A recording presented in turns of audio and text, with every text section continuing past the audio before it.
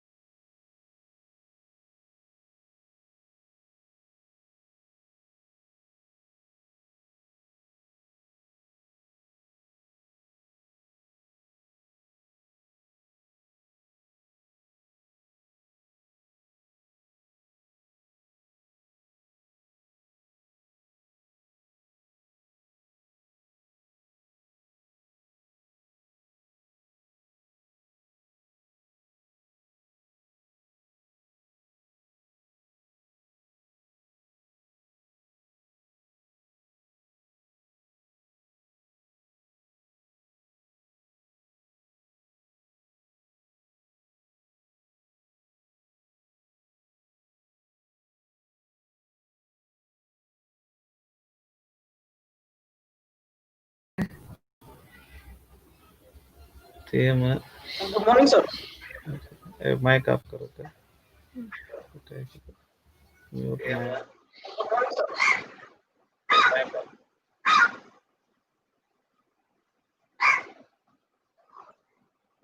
PPT share करो. Share your screen. Share Good morning, screen. sir. Good morning, sir. Hello. Yes, sir. Hello. Yes, sir. Yes, sir. Yeah, I yeah, can hear audible. you, sir. Yes, sir. You are audible, sir. Now, yeah, yeah. Shall I share the screen now? Yes, sir. Yes, sir. Yes, sir. Definitely. Okay. Please, sir. Share screen. Okay. Okay.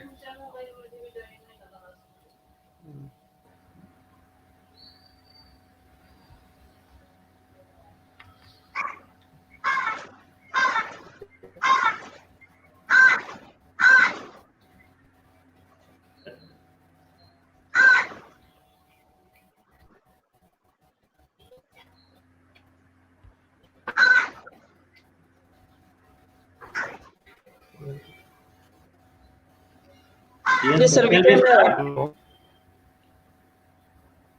A very good Yeah, morning to one and all. Yes, are you getting my voice, sir?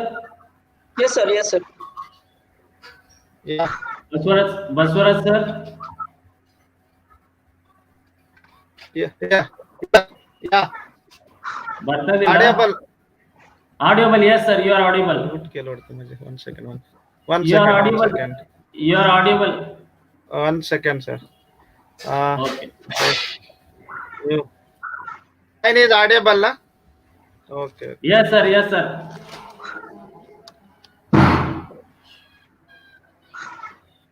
Oh,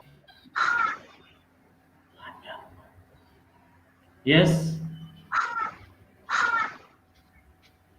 Good morning to one and all present over here. Welcome to day 4 of our FDP on recent trends in data science. Today we have with us Dr. Baswaraj GK, Technical Director, E-Practical Technologies, Bangalore, for his session on embedded systems and IoT. Before we start the session, let me give his brief introduction. Dr. Baswaraj GK has completed his PhD in real-time and embedded systems from Vishveshwaraya Technological University, Karnataka in 2019, and he got his PhD awarded for the thesis development of new real-time algorithm for driver assist in intelligent transport system.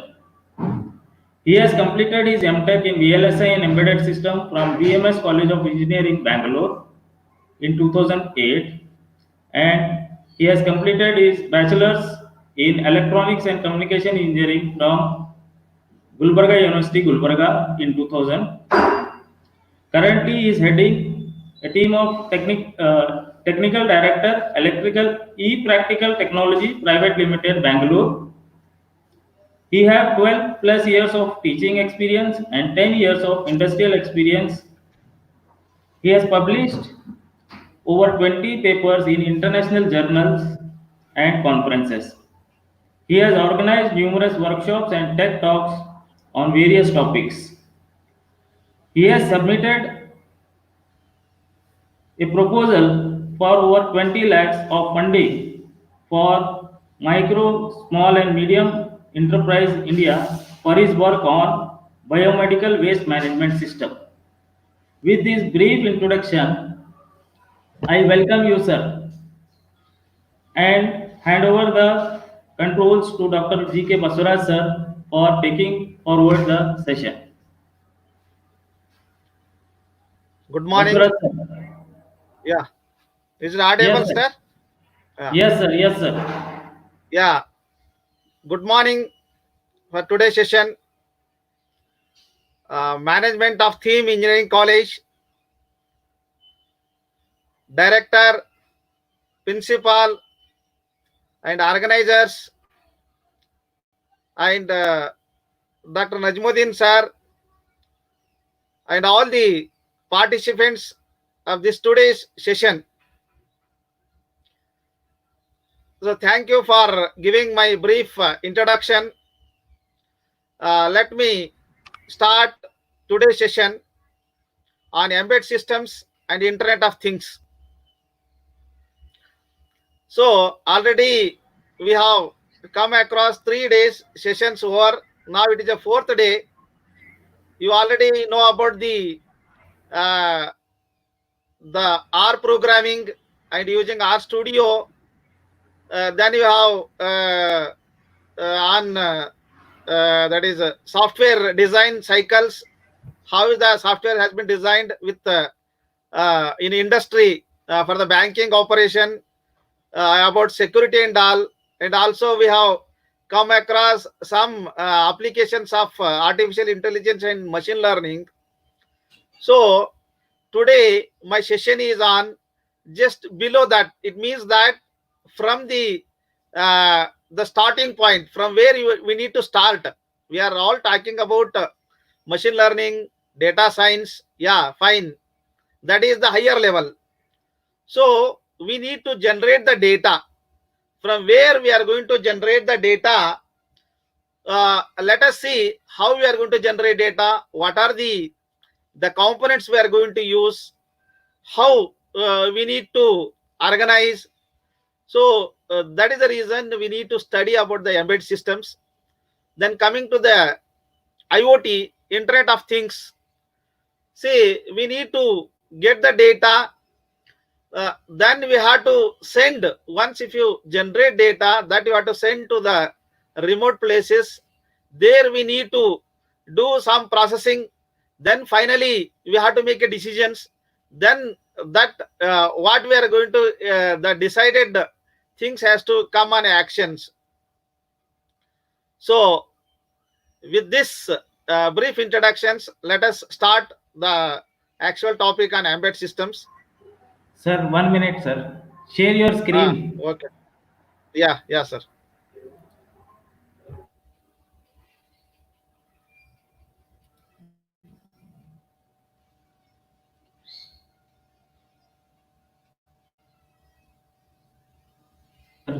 Select PPT, sir. PPT. Yeah. Selecting, sir. Selecting slides. Yes, sir. Yes, sir. Is it visible, sir?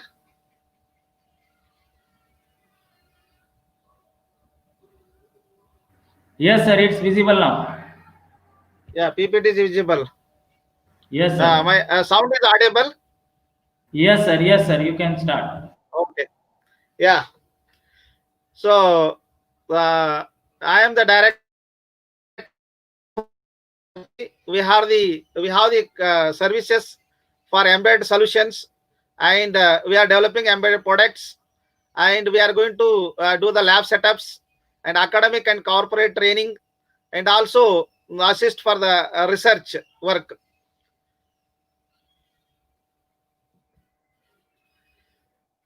Yeah, let us we start about the today's session, embedded systems and Internet of Things. So let us see what do you mean by embedded system. Embedded, as the name is says, that it is hidden inside another system. It is called embedded system. So it is a combination of hardware and software. It is designed for specific task, which together form a component of a larger machine. So most of the time we are not able to see the device or embedded system. Let us see your refrigerator, or if you see your washing machine, there is a inside, there is an embedded systems, but the outside we are not able to see that. You can able to easily see our desktop system, but similar the computers will be there inside our micro oven or our washing machine. So that is the reason that is called the embedded system, hidden. So it consists of hardware and software, and it is particularly designed for a particular task. See, our washing machine is used to do the washing the clothes. Similarly, our digital camera is used to capture the image. So these systems are designed for a particular task. How is a difference from our desktop system? As you know, that desktop system is designed for general purpose. They are going to be used for entertainment. They are going to be used for uh, gaming. They are going to be used to design the other systems. So many more things can be done by the help of a desktop. Desktop basically used for data processing system, data processing purpose. But these embedded systems are basically designed for a control operations for a specific task. So what is a system? A system is a way of working, organizing, or doing one or many tasks according to a fixed plan or program or set of rules. A system is also an arrangement in which all its units assemble and work together according to the plan or program. So it is called a system. System means it consists of more than one unit. They are organized and they work together one to other. They communicate and work together to achieve a desired goal. Then what makes embedded system different from our general desktop? See, these embedded systems are real-time operations. It is going to perform the operation in a given deadline time. And let us see size, desktop is very big size, but our embedded system is size is very small. We can't use desktop in a that on our AC in a room to use an AC. We can't use desktop system. One is size, other is cost. See, the size is also a matter. Here, the embedded systems are one. It is having a very small size, and cost is also to be affordable. See, we can't use desktop in our micro one. The micro one cost is hardly around 2 to 3,000, or it may be 5. But our desktop system, it is around 20 to 50 or even 1 lakh. See, we can't use the desktop system in our micro one. The cost is very important here. The embedded systems is one very low cost, and time here, the time required to execute to perform the operation is also less. Then there is a reliability. We have to the system is one, it is more reliable. There is a less chances of error. But in desktop and all, if some errors and occur, we go and restart or once again shut down the system and you make it on. But it is not the case in embedded system. It can be used many remote places.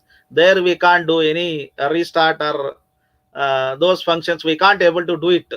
So it should work automatically. Once if you apply a given, then it has to work. It's lifelong. So here the reliability is very, very important in embedded systems. They have more reliable. It means there is less chances of error. 99% or even you say 100% is going to work. But no systems in the world it is going to work 100%. We can say it's 99%. Then safety. Safety is also very, very important. Embedded devices will be used even for in human beings and many places their safety is very, very important. It should not harmful for the human being. So that is the reason here the safety is also has been taken care. Then energy means that is one of the most important. The power consumptions. See, the embedded systems they'll consume very low power. And security, more secure. The embedded systems are more secure compared to our desktop systems.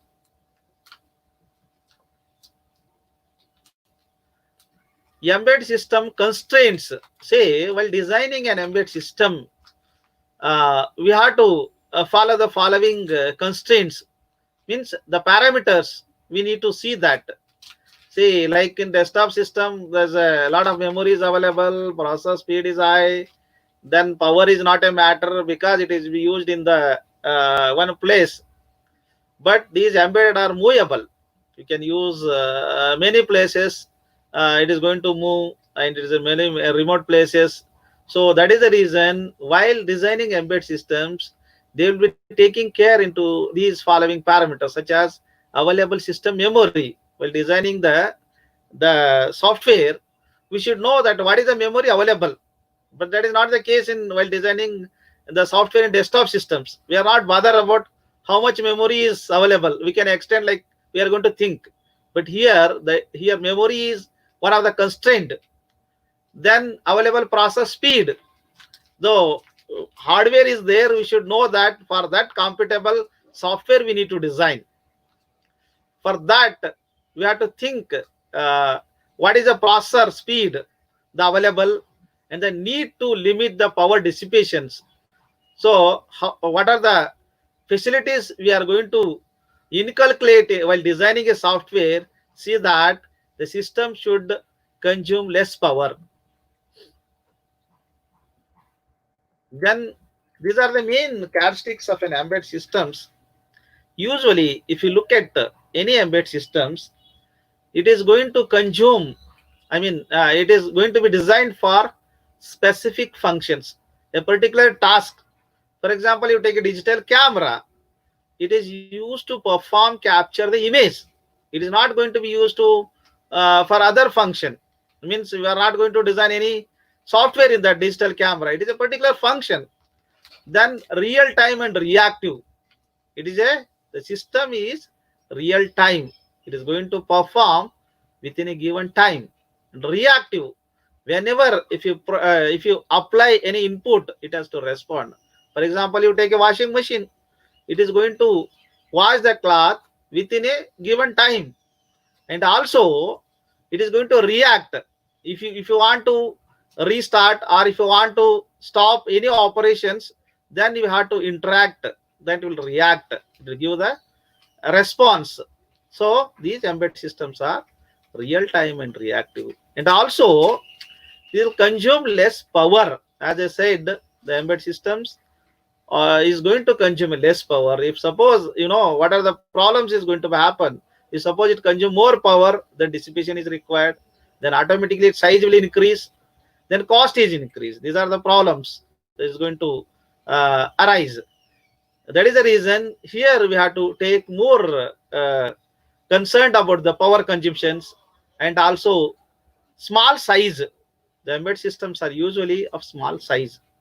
Then low cost, means it is affordable. The device, it should be affordable for even every persons. Then components of embedded systems, what are its consist of embedded systems? See, hardware is the must. It has to perform any functions. We need the hardware. Physical device required. So that hardware means it is a processor, then timer. It consists of timers, interrupt controller, IO devices, memories, ports. These are the main components of the embedded systems. Then there is a main application software, means the main task to be performed, that is called main application software, which may have more than one task. Multiple tasks can be performed, or series of one after another. Then in certain embedded systems, we have operating system that is called real time operating system. So it is not compulsory for every embedded system should have a operating system. As you know that the operating system main function is to make the resource effective utilization, and to take care of more than one task concurrently to be performed. So if the number of tasks are more, and we need to be uh, manage those tasks effectively, in such a case we are going to use the operating system. And here the operating system used will be customized one, not same operating the operating system that we are going to use on desktop. It is different, because their memory is more, and even the desktop system speed is more. So that is the reason the operating system used in embedded system is, it is a small operating system. It is a customized operating system. Only the required function has been has been available in that. So that is called a real-time operating system. So these is the main components, as I told you in this pictorial form. Let us see. These are the main components of the uh, embedded systems. Power supply and reset oscillator circuits, that is required. Power supply is required to perform the operations. Any device we need the power supply. Then there is a reset and oscillator circuits. Then we have processor to perform the processing functions. Then we have timers to perform timing functions. Then interrupt controller to control the interrupts from external device, or even from internal devices. And we have program memory and data memory. Program memory is one, there we are going to store our code, or our program, or our application program. Then the data memory is one, it is going to be used while executing the program. The intermediate values will be stored in the data memory. Then serial communication ports, that is to be required to communicate with this embedded system to the other devices through serial. Serial is nothing but a bit by bit data will be transferred. Then we have parallel ports to connect any of the input device or output device. We need the parallel ports. Then we have input device interfacing driver circuit, and similarly we have output interfacing driver circuits to connect any IO devices. Then we have system application specific circuits, like analog to digital converter, digital to analog converter. These are particular specific function. So those devices also to be there in the embedded system. And these are the hardwares that is oftenly it is available in the embedded. These are the essential hardware components: power source, clock oscillator, timers, processor, program memory, as I discussed, serial communication ports, IO ports, IO buses, interrupt handler, DAC, ADC, digital to analog converter, analog to digital converter. As you know that in a real-time environment, we are not going to get all the information in digital form, but actually the devices we are going to use of digital devices, like our computer is a digital device. To process the data in digital form, we need the data to be in digital. So, but in the environment, the information is not in digital form. So we have to accept whatever it is available. Then most of the information is available in its physical form. That should be converted into electrical form with the help of sensors. Then after converting in electrical forms, that will be an analog form that has to be converted digital. Then that digital data will be processed with the help of processor, digital device. Then finally, we need to apply to the external world devices. So then once again, we need to convert into analog form, then apply to the actual device to get output. Then we have LCD and LED displays. LCD to display any characters, and LED to display the characters. LED we are going to use to display if far distance, if the display device, then LCD if near distance, then keyboard or keypad to be used to give the data to the embedded systems. Then let us see the software. As we know that how we are going to design, what are the different types of softwares we are going to use here. We have different type of programming languages. We have machine level language, assembly level language, and high level language. Machine level is one, it is going to consist of zeros and ones form, and is very difficult to write for a human being, and there is a more chances of errors. That is the reason they have designed assembly level language. And assembly level language for 8086 microprocessor, 8051 microcontroller, and we studied LPC 2148. It's ARM based microcontroller. So these assembly language is specific to the controller. If the assembly language written for 8086, we can't execute on 8051 controller. This is a problem in assembly level language.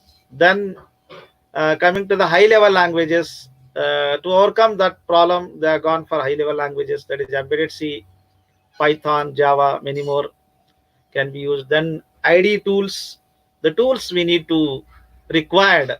If you write a program in assembly or in C, we need to convert into the required format. For that, we are going to use the tools. There's few tools I mentioned: RIDE from Resonance company, and Keel ID from Kyle, from ARM, the ID tool. Then we have operating systems, real-time operating systems, or MUCOS microcontroller operating system. This is a limited open source MUCOS, and VxWorks. VxWorks, it is a commercial one, real-time operating systems. These are most popularly used operating systems. Many more are there. There are a few. I just shown the examples. Then, as you know that there are three languages: machine, assembly, high-level languages. Actually, if you see the hierarchy, how the actually hardware at the base, then on the top of it is the machine level language, then assembly level language, then high level languages. The high level language, maybe it is C, Fortran, Pascal, object oriented or visual languages. See, the hardware, it is going to understand only machine level language. The programmer can write in assembly, high level, any other in high level, in embed C, Java, anything, any language can be used. But finally, it has to be converted into machine level language. So the hardware is going to be understand only the machine level language. So let us see the features of the machine, assembly, and high level language. The features almost assembly and machine level language are same. It is called low level languages. See, assembly language and machine language, both we are going to call it low level languages, and the C, Java is going to call it high level languages. See here in the diagram, if you look at arrow mark will be upward at the left side. The portability is going to increase if you go from machine to higher level language. Flexibility is be more. Then ease of implementation towards if you go for high level language. Then coming to the right side arrow mark, here the machine specific, the means it is the, if you go on at the downside, means if you are going to write the program on machine level or assembly level language, those programs are machine specific. Means it is, if you write a program on one processor, we can't execute on another processor. That is, it is not a portable. We say it is not a portable. It is machine. It is called machine specific. Then code density. See here, code density is more, is nothing but the memory required to write the program in assembly or machine is less compared to high level language. Then speed of execution is more. Speed of execution of if you write program in low level, it is more compared to high level language. These are the merits and demerits. Even though the many advantages of writing assembly and machine level, for complex softwares, we are going for high level language. There we have many advancements in compiler design. So with the help of those advancements in the compiler design, we can able to achieve the performance as it is be done with the by writing the program in low level language. And this is one just example how we are going to write the program in embedded C. This is one snapshot. Just I want to show you the 8051, that is a microcontroller IC, and this is how what are the basic things we need to know while writing the program in embedded C. So you can start. Anybody who wants to work, want to work with this embedded. See, easily you can start with this example. Like, starting one include reach 51, you need to add then one delay program. Then the main, you to start. This is just one toggling the LED that has been connected to port 1. Like while one always will be there in this, because it is a continuous loop. While one function, as you know that it is a continuous loop. Here nobody is to take care, as you know that in embedded system automatically it has to work. Infinite times it needs to work. So that is the reason always while writing a program in embedded C, we have to take care things such that it should work continuously. Okay, see that the applications, which function has to work continuously, which function has to work how many times, those has to be taken care. So this is just an example.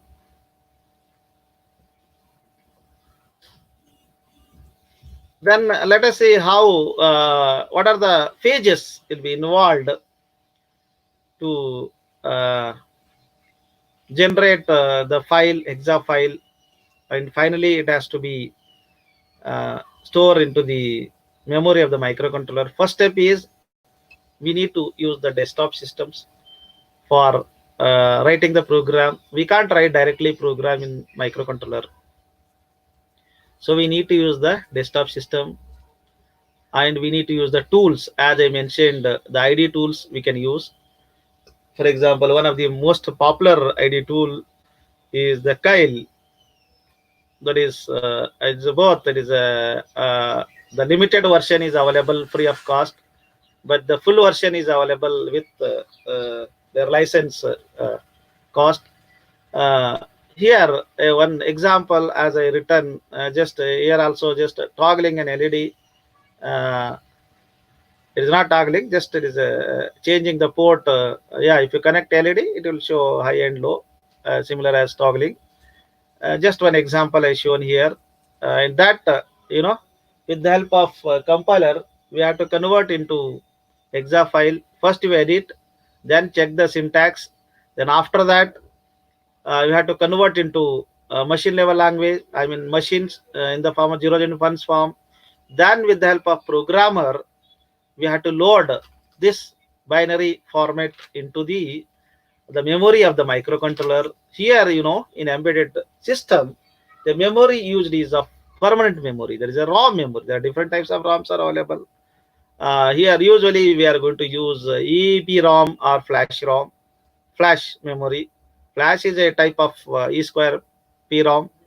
So here, the microcontroller is having the memory of ROM memory that is used to be stored for the program. So that program will be, once if you store in the memory of the microcontroller, then no need of this desktop. Then directly independently it can work. Then similarly, let us easy to understand. Here I shown with desktop system. There we are going to generate the binary file, then convert into the binary. After that, you have to send that file into the memory of the controller. So how actually here, the applications, that is a target board we are going to call it, means that is the embedded system is having microprocessor or microcontroller based. There actually the devices has been connected. So as you know that in the desktop you are going to write the program, then convert into exa file, then that will be the help of programmer, then we are sent to the target device. Their actual system will be connected. So this is just one example, like Arduino. This is one of the most popularly used the controller in the market. Easily, it is an open source of is ID tool. Arduino ID tool is available, and also many of the source codes are available. If anybody wants to start with working with less effort, you can start with Arduino. Easily, it is available. With hardwares are available, and softwares are available. That is, ID tools are available free of cost. The open source, and many of the source codes are available on the net. Easily we can use it, and we can do the small the products. Then this is another one using 805 microcontroller. How it looks like your the microcontroller kit, or it is a small board, so that you can connect any of the input and output device. Here just I shown how the 7-segment display can be connected to this 8051 microcontroller board. This type of boards we are going to use for to implement the functions like display and LCD. I mean, here is the 7-segment display unit. You can connect many more things for this IO ports, and you can check the application. So here, okay. This is one of the example of embedded system is a washing machine. Washing machine. It is an automatic cloth washing system. These parts will be status display panel will be there on that, and there is a front, and then the switches will be there. Then there is a dials, and motor will be there. Motor to wash the cloth by rotating motor. Then power supply, you need required a power supply, and there is a control in it. Inner water level sensors will be there, and solenoid valve will be there to control the water. Then there are some rules will be there. First, it will do wash by spinning, by rotating the motor, then rinse See, it will be remove the water after washing. The dirty water will be removed and drying. So it will dry the cloths with heater. Then after washing, the blinking will be shown with LED. So washing is over. Each step display the process stage. In case interruption, it will execute the remaining part of the task. It will not start from the beginning. That's what will be designed in that form. Okay, this is the main components, the inside components of the washing machine. It is involved many things, mechanical devices and electrical devices. Then our electronic devices. It is a combination. We say it is a mechatronics. We can say these are the main components of this. Just I shown one. Yeah, there are many applications. Just I shown only few applications here. You know, the embedded systems will be from toys to aerospace. Will be there in every field.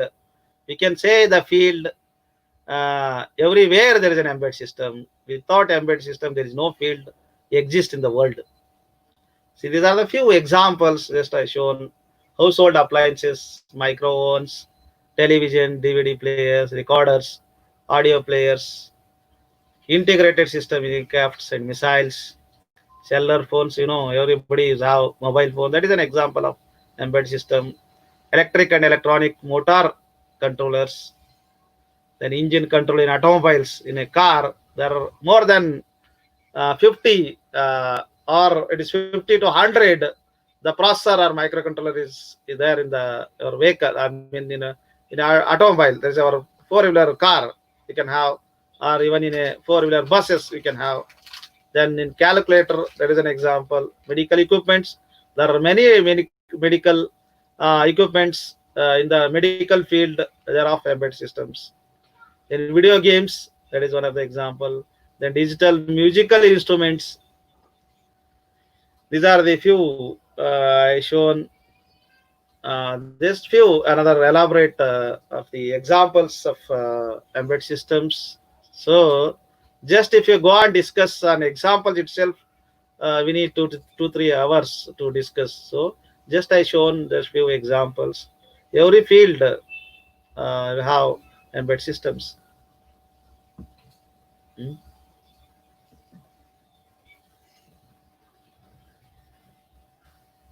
Yeah, any questions?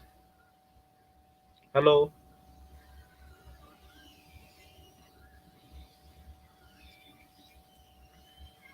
Is it audible?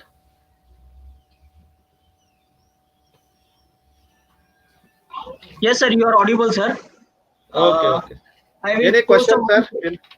so there is a one question is there. Just Uh-huh. let me post it so that you can see it, Uh-huh. sir. Shall I discuss at the end so that it is interruption, it will happen. So for sharing and all. No Hello, sir. problem, sir. No problem. Yes, sir. Uh-huh. Yes, sir. Uh, all No problem, queries sir. we can have discussion. Okay, no problem. No problem. Uh, Okay. yeah, let us. I will start with the another area is very interesting. Internet of things. You know, all of you know. Yeah, everywhere there's internet of things. So what it is internet of things? What is there? How we are going to use in real life? What is its benefits? Those things let us see. A history of internet of things. History of IoT. 1999, the IoT gets name.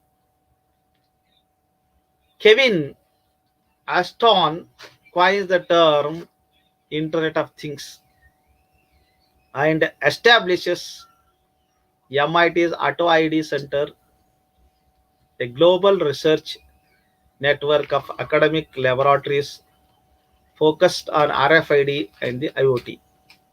So Kevin is going to be called as a father of IoT. So he is given some quotes. We need to understand those very important. So you get stuff like smart wine bottle, smart bikini, and smart water bottle. This stuff is not the Internet of Things.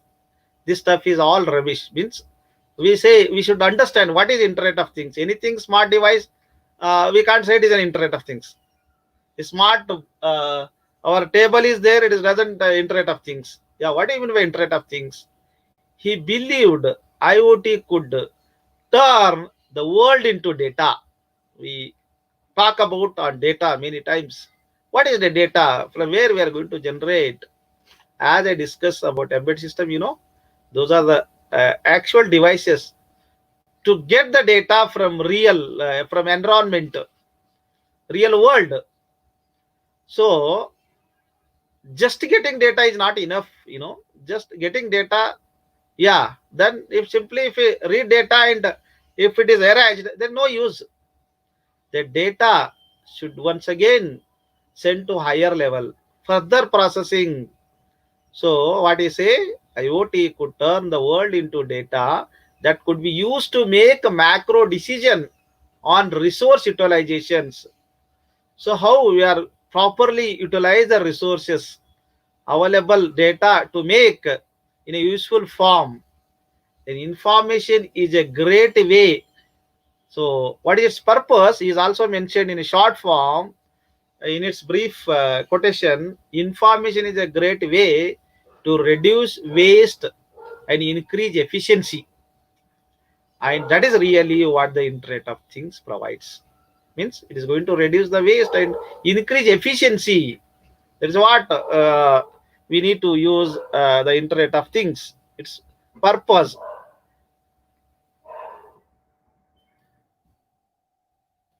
The Internet of Things is the network of physical objects.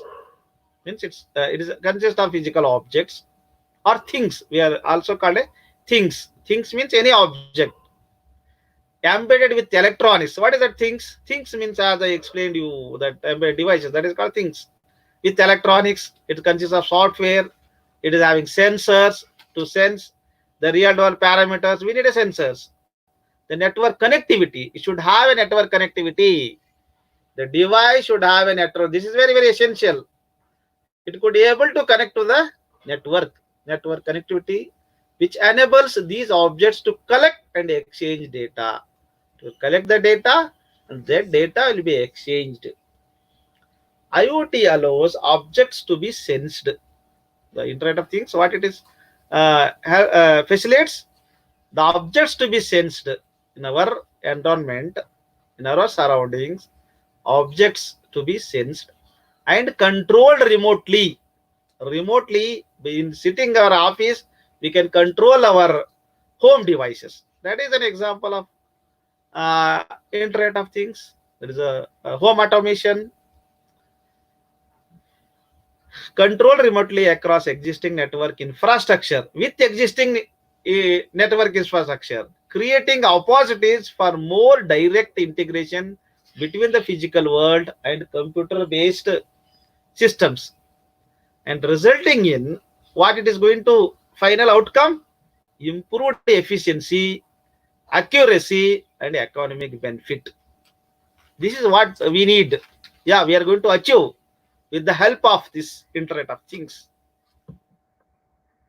Then how it has been started, the earlier, it became popular in 1999 through, as I said, Kevin has mentioned, at IID Center in MIT.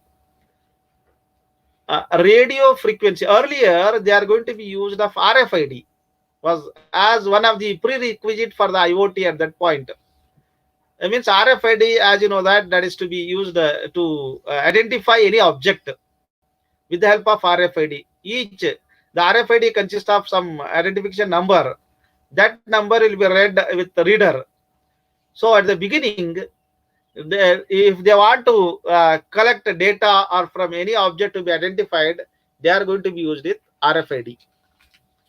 If all objects and people in daily life were equipped with identifiers, so means each people or it may be any object will be identified. Some identifiers will be there. Like for example, RFID. Earlier they are going to be used only RFID. Computers could manage and inventory them. Besides using RFID, the tagging of things may be achieved through such technologies such as near field communications. NFC is there, then barcodes are there nowadays, then QR codes, Bluetooth, many more things. Though it is IoT is a network of physical objects of things embedded with electronics, already I explained, and softwares, and which enable these objects to collect and exchange data. A thing in context of the Internet of Things is an entity or physical object that has a unique identifier. Each object will have unique identifier and embed systems and the ability to transfer data over a network. These systems, these things, what you call in this IoT, it could able to transfer the data over a network. Means there is a network connectivity. It will be, we have to inbuilt in the device. For example, you take a heart monitoring implants in a hospitals. The patients can be in home. The doctors can monitor by implanting heart monitoring device on a patient. So he can monitor its status by sitting in his hospital. Patient can be in his home, because many elder people, they can oftenly they need to monitor. If anything suggestion to be given in remotely, he can provide. If any abnormal conditions, then they can take further to the hospital. In such cases, it will be more helpful. Then biochip transporters and farm animals. There's a biochips, means those if you insert in animals and all, need not to be removed. It will be can be have permanently. That is called biochips. Can track or to monitor its behavior. Everything can be done with the help of biochip. And automobiles with built-in sensors. The nowadays automobiles, you see that the cost is more. The automobiles is nothing but the most of the almost around 50 to 60% will be of electronic devices and its softwares.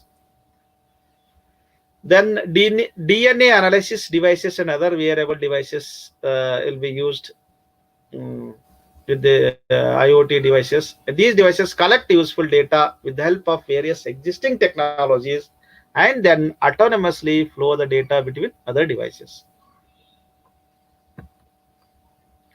So IoT it is a network of networks. Means here, we have individual networks like transport. One area there have group of network individual. Their group will be there with each one can communicate in that transport area zone. Education, there is one education one network. The each can communicate, and home is another network like earth. Other business, all will be interconnected. All can be interconnect in case of Internet of Things. That is what we can say. These networks connected with added security, analytics, and management capabilities. This will allow IoT to become even more powerful in what it can help people to achieve. With the help of IoT, you can achieve many things. How IoT is going to work? You know, Internet of Things is not the result of single novel technology. It is not just one technology, it is not one device.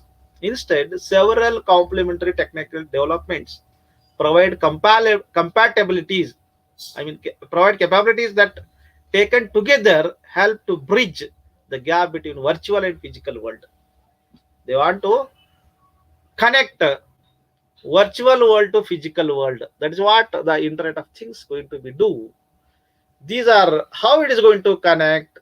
There should be a communication and cooperation, and there's addressability. Each can be addressed. That facility will be there. Identification will be there. As you know that each device is a unique address. If anything to be connected to the internet, we need a IP address, right? So similarly here also, Internet of Things, we need an unique address similar as IP address. We can have, if you want to connect any even device in a IoT, they should have an IP address, because to connect an internet we need an IP address. Then sensing, there is a sensors will be there to sense the objects surrounding the environment. Then activation, not only here IoT is not only to sense objects, and also we need to do the activation function, the processing. It may be controlling, or you mean as I told the example like home automation.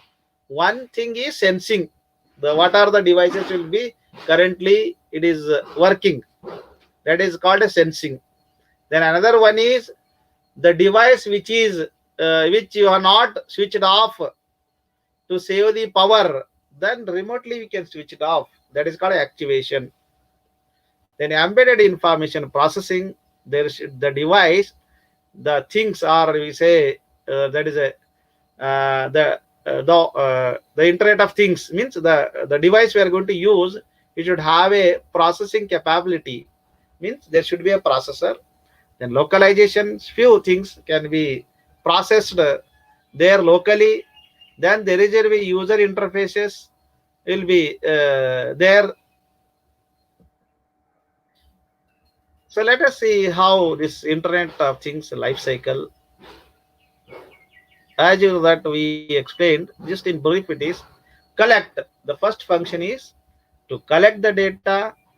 Then second is communicate to the internet, a cloud.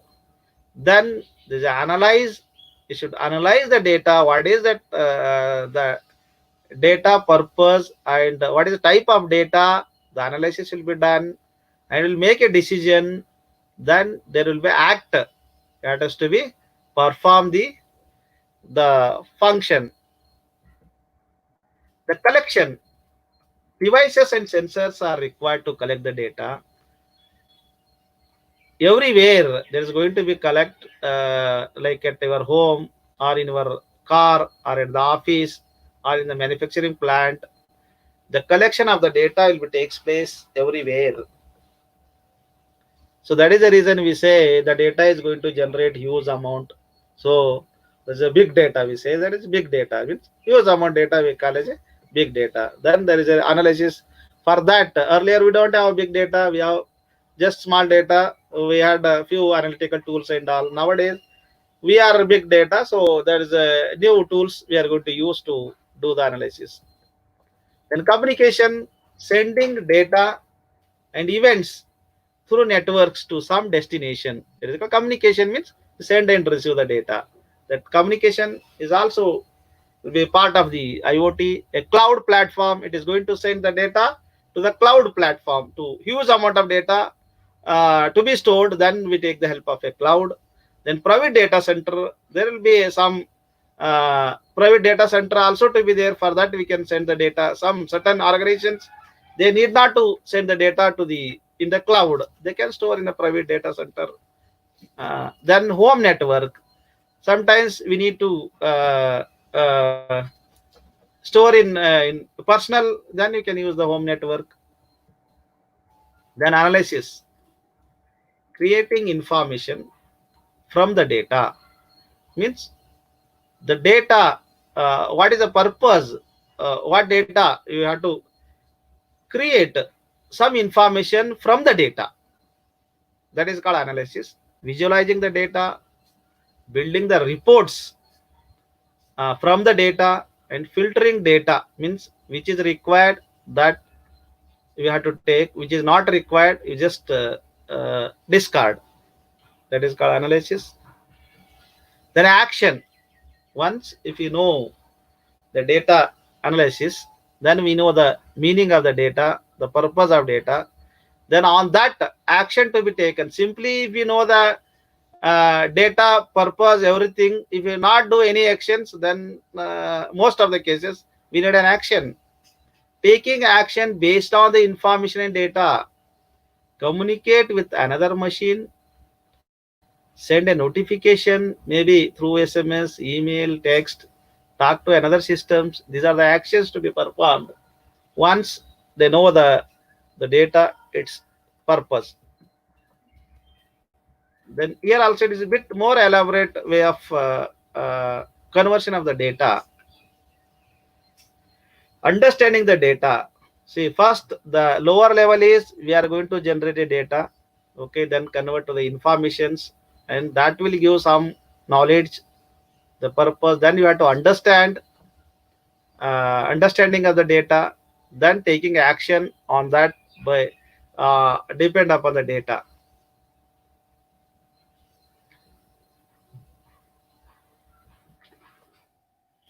So this is one example of efficient waste management in smart cities with the help of sensing. See here, here we take an example of waste management. This is one of the very big problem in the big cities, garbage collection. So there is no, most of the places is not an atomized. It should be done automation. For that, the dustbin should be a smart dustbins, so that once those dustbins become filled, the information has to be reached to the authorized people. Then through authorized people in the city, they will send the to collect for dustbins, they will send the vehicle or garbage trucks. Then once they will collect, they should get the informations, yeah, the garbage has been collected. Then after that, that has been sent uh,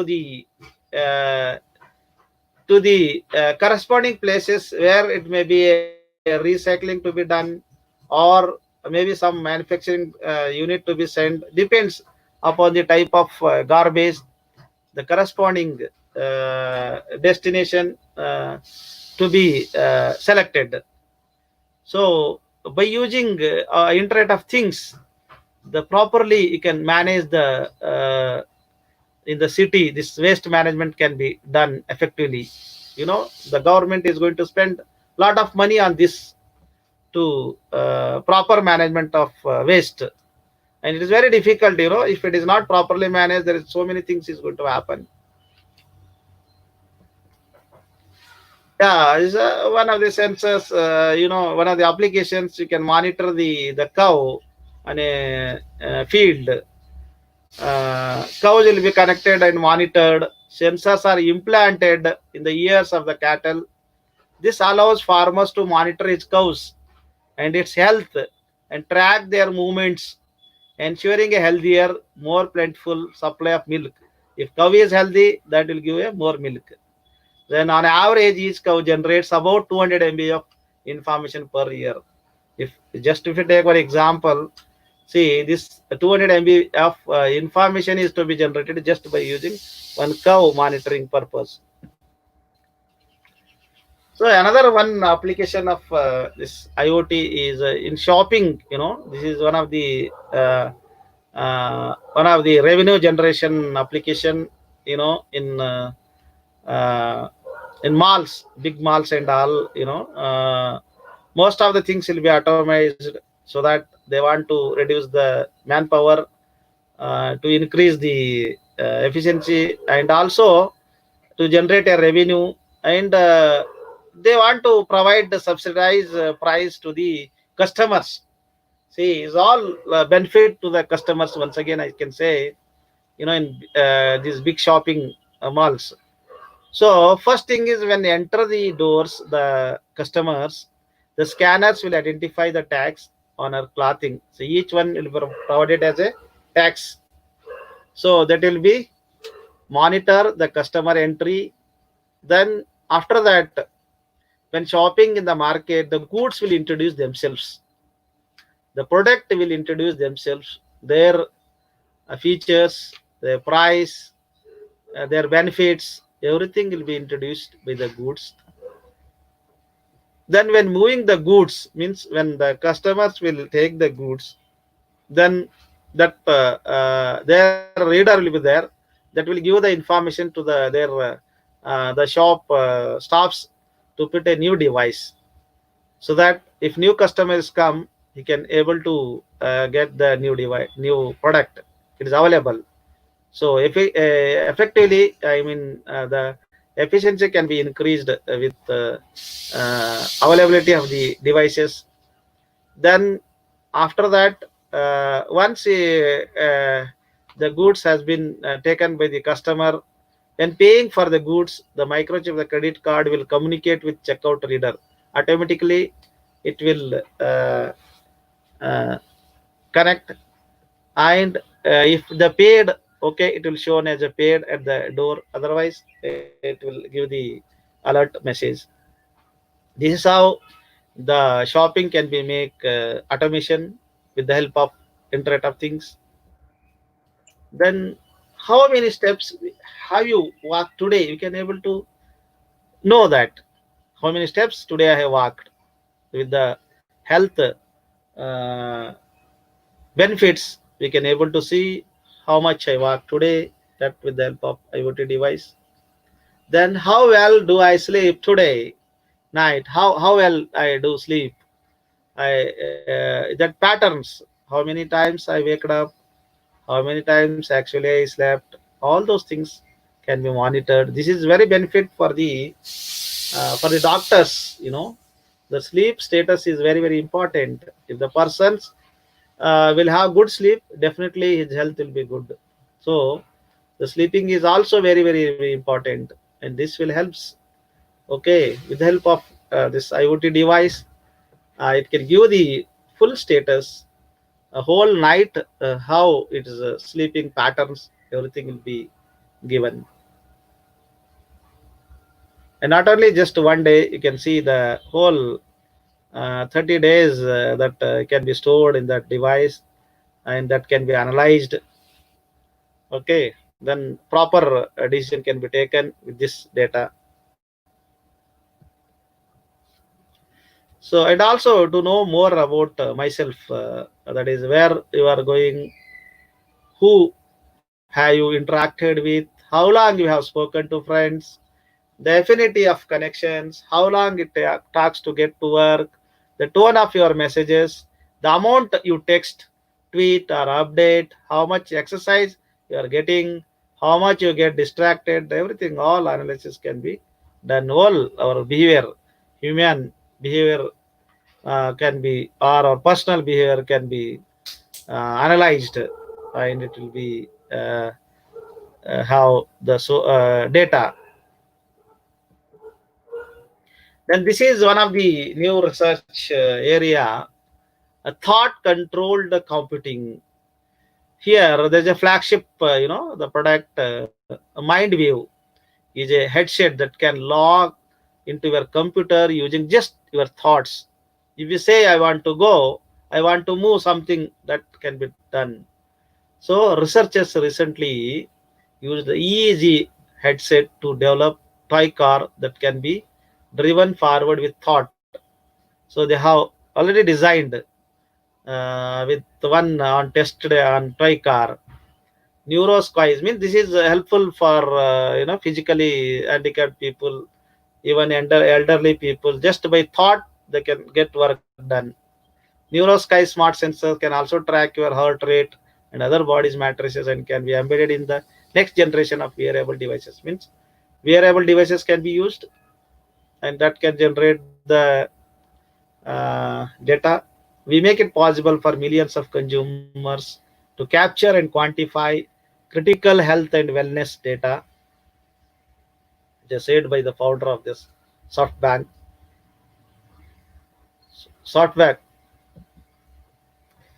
So the status means, from, if you look at the from the year 2003 2020, the population and the number of devices are connected.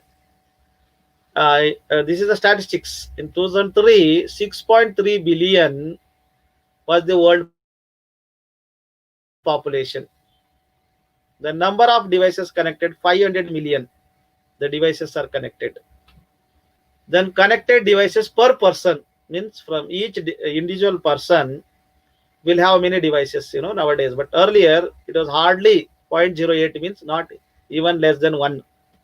Means if two three people can have one device, like that it was in 2003. Then coming to the 2010, in the year, the world population is 6.8. Then connected device, earlier it was in 2003 500 million. Now it is in 2010 it is to 12.5 billion devices has been connected to the Internet of Things. I mean, to the connected to the internet. These are called IoT. Then the connected devices per person, now it is increased. In 2010 it is 1.84. Is it means that one or two devices, maximum two devices from each person, each human being. Then coming to the in 2015, 7.2 billion population, then 25 billion devices are connected. Then if you're coming to the each person, maybe from 3 to 4 devices in 2015, then 2020, the world population it was expected, okay, 7.6 billion. Maybe just few, I took example, 50 billion connected devices, and from each person, that is from 6 to 7 devices. So change is the only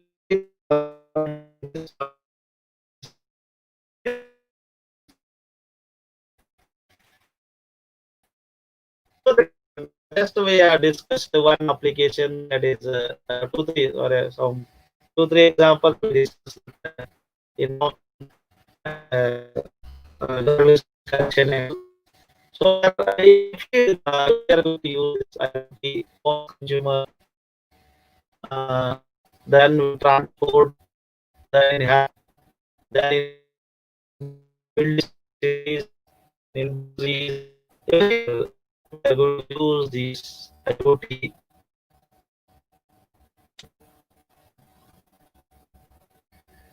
Then we are going to use bulb security, pet feeding, ignition controller, smoke alarm, refrigerator, infotainment, washer, dryer, stove, energy meeting. All this can be done in home. In transport, good to use Excuse me, sir. keeping, payments, park monitoring, smart parking, insurance adjustment, supply chain, shipping, public transport, airlines, trains.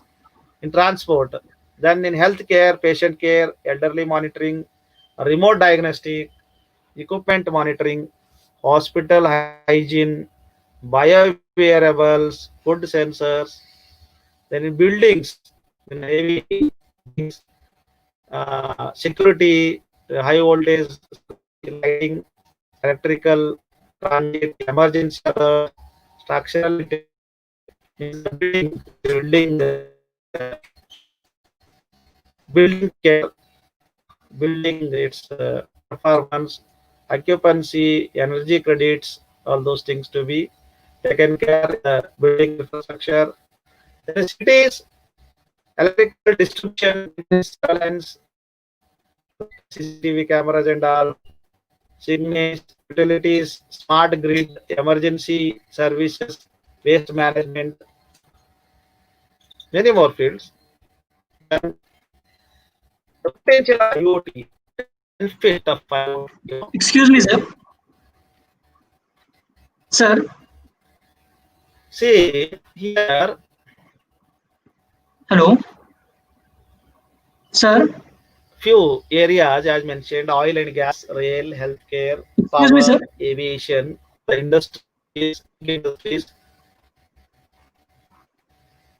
Hello. Here, if just 1% swings reduction capital expenditure due to IoT. Baswara sir. Just 1%. Okay, Baswara sir. and Baswara sir. due to that, Baswara we can able to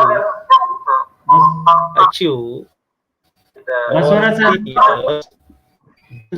dollars like oil and gas, just by reduction of 1% of IoT. Excuse me, sir. And 90 Baswara sir. Baswara sir. in oil and gas is $27 billion. Baswara sir. Here, $63 billion. In power, 66 billion. And in aviation, 30 billion. He has estimated Excuse me, sir. just want to say that of Baswara IoT in how much we are going to Excuse me, sir. save the money help.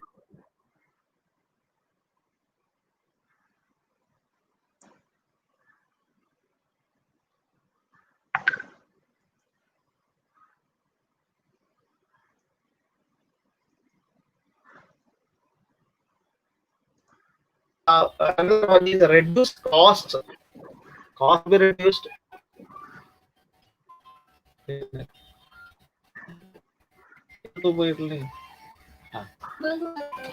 Hello. Hello. Hello. Hello.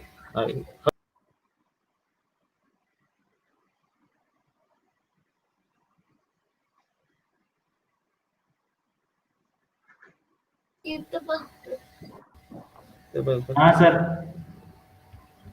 Hello. हाँ sir, video बंद करें तो आएगा sir अच्छे से। आपका थोड़ा video बंद कर दो सर। हेलो हे बघलं दिसत सर। बघ आता तर पट म्हणे. Sir 1 second. Hello. Hello. Hello. Is it audible? Sound करता है दिल्ला। 1 second, I will check. Sound नहीं आ रहा सर। Okay. साउंड नहीं आ रहा sir. 1 second, I will. PPT आ रहा sir. Sir, my PPT is now. Hello. थोड़ा Hello. बात कीजिए सर। Hello. नहीं आ रहा सर साउंड। Hello. अभी नहीं आ रहा sir. Sound is not coming.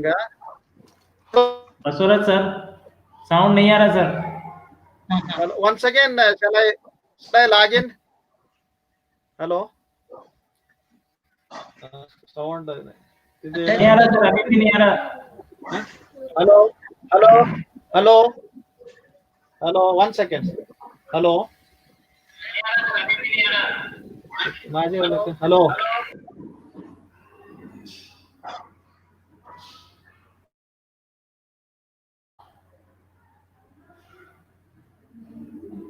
Yes sir.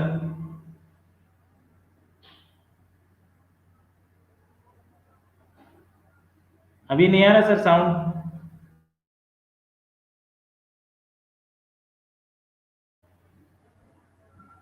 Sound थोड़ा टेस्ट कीजिए सर, नहीं आ रहा अभी वॉइस आपका।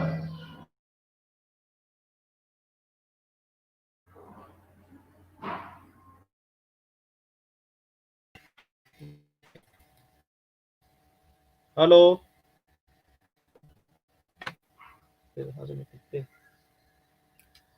1 second. Hello. 1 second.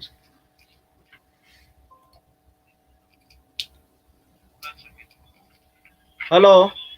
1 second. Hello. Hello. Hello hello. Once again, I will log in, sir. Better. नहीं आ रहा सर, अभी आ रहा सर साउंड। हेलो। हाँ सर, साउंड आ रहा सर अभी। Once again, I will log in.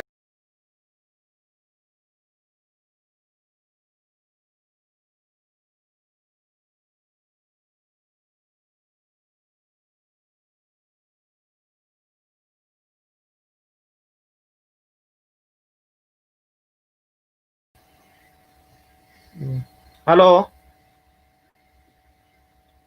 Hello. Yes, sir. You are audible, sir.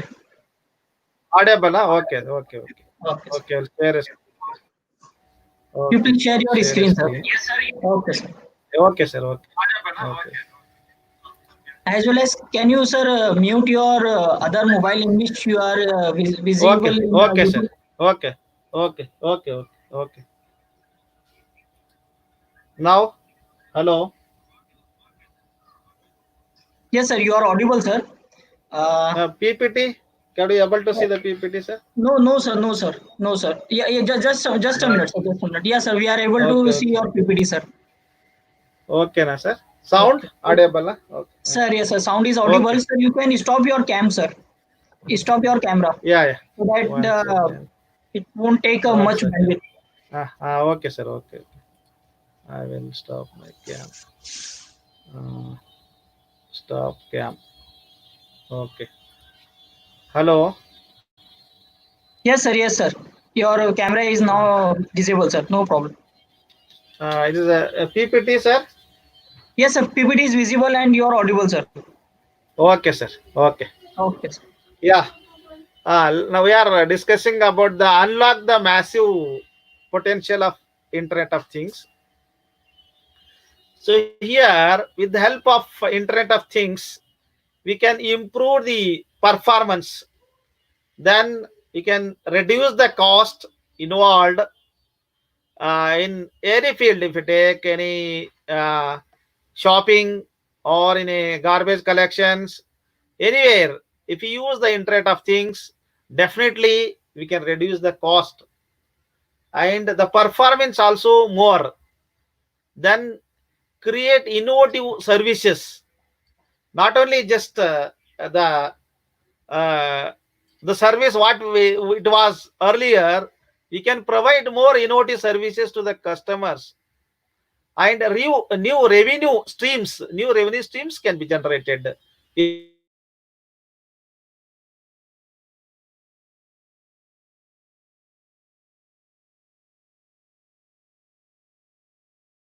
with the help of So you are not audible properly, sir. You are not clearly audible, sir. IoT.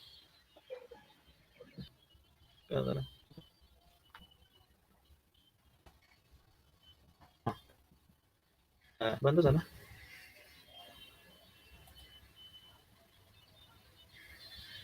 PPT share है ना.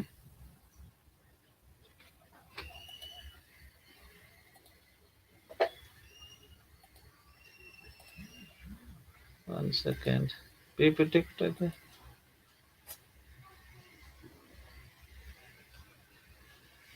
top screen, share screen, share screen. One second, one second.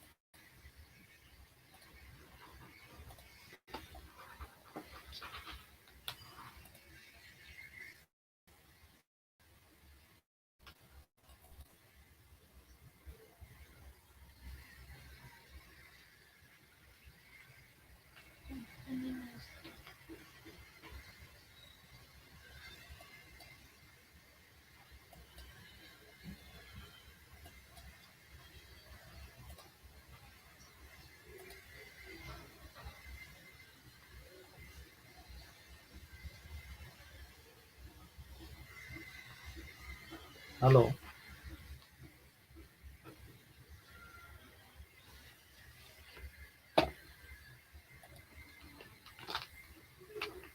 Okay. Hello. Yes, sir. Hello. Yes, sir. Hello. Yeah. Okay. Yes. Okay. Okay. Okay, sir. Just a second. It is updating. One Okay. second. Okay. Okay. No problem, Okay. sir. No problem. Okay. Yeah. Next is criticism and controversies of IoT. Any new things if comes in the market, there's obviously there is a criticism will be there, and there are so much controversies on this. Even when computers came in the market, the many things was there. Even automations, the people think that everything will automate. There is no jobs. The imaging, like many things will become in the. They used to speak the people and have doubts. Then similarly, Internet of Things. There is a many criticism and controversies. Let us we discuss few things. The scholars and the social observers and pessimists have doubts about the promises of the ubiquitous computing revolution in this area, as they say that there is no privacy because all the informations will go to cloud. We should all our personal data, everything, privacy will not be there. Then there is no security for our data, and there is autonomy, means we are not able to control ourselves, somebody is going to control. Then social control will be lost. Then political manipulations, there may be political game will be there with this using IoT. Then there's a design issues will be there, and the environmental impact. There's a lot of there's an impact on environment is going to happen. Influences human moral decision making. These are all criticism on this IoT at the beginning. Yeah, it is it's going to overcome one by one. Once the applications will be become more and start people using familiar with that, and if start they are involving in that, definitely these things will be overcome. Because as you know that even in banking sectors we are afraid of using online banking and all. Nowadays everyone we are using that online banking. So once the applications will be become familiar and it become part of our life, then we will accept.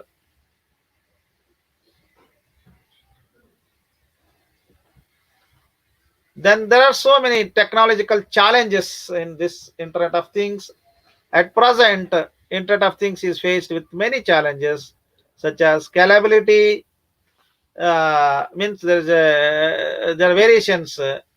Maybe the increase in the complexity, the changing, then technological standardizations.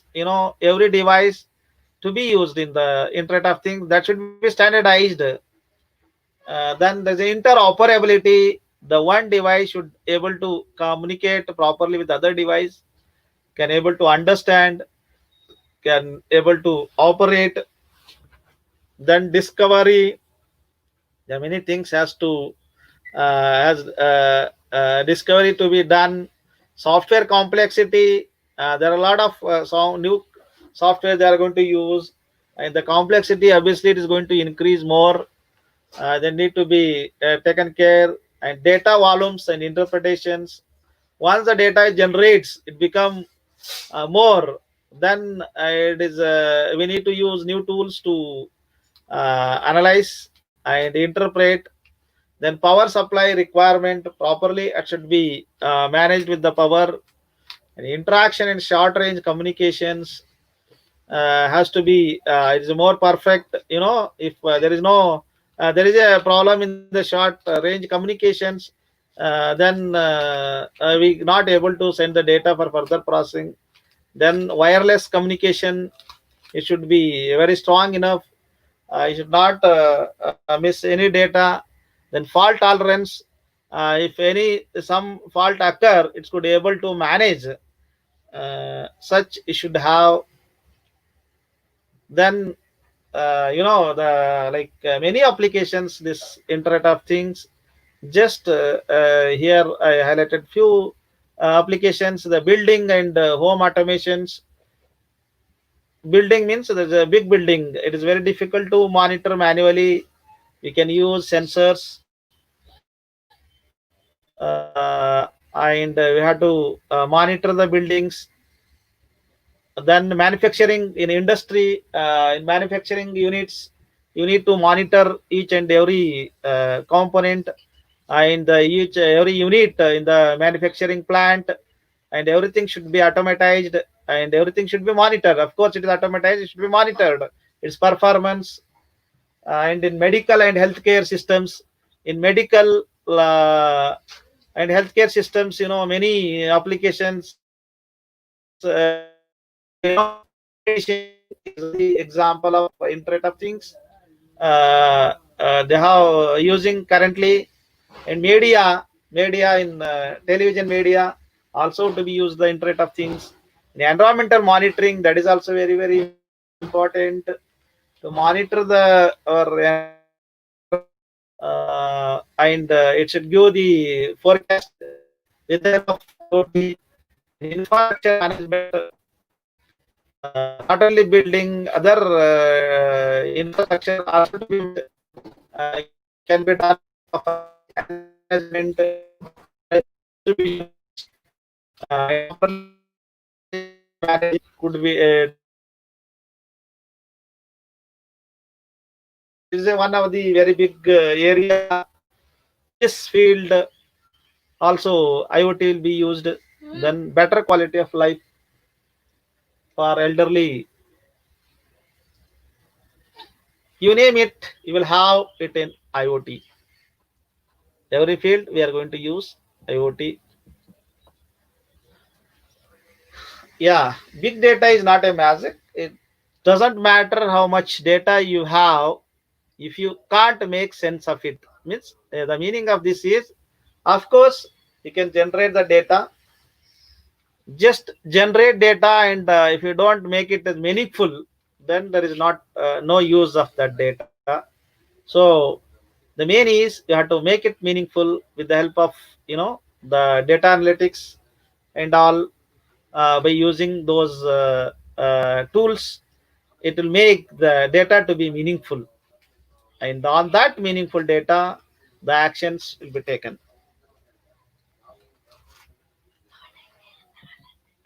These are the references I referred for this informations. Thank you uh, for patiently hearing. Any So we have questions some you questions can? from the participants. How RTOS is different from our Windows system? Sir, you close this Okay, screen okay, okay, sharing. okay, okay, okay, okay, okay, okay. I will close. Okay. So can you just Oh, one second. Najmuddin sir, Okay. let me post it on Uh, a comment. Just wait a minute. okay. Okay, sir.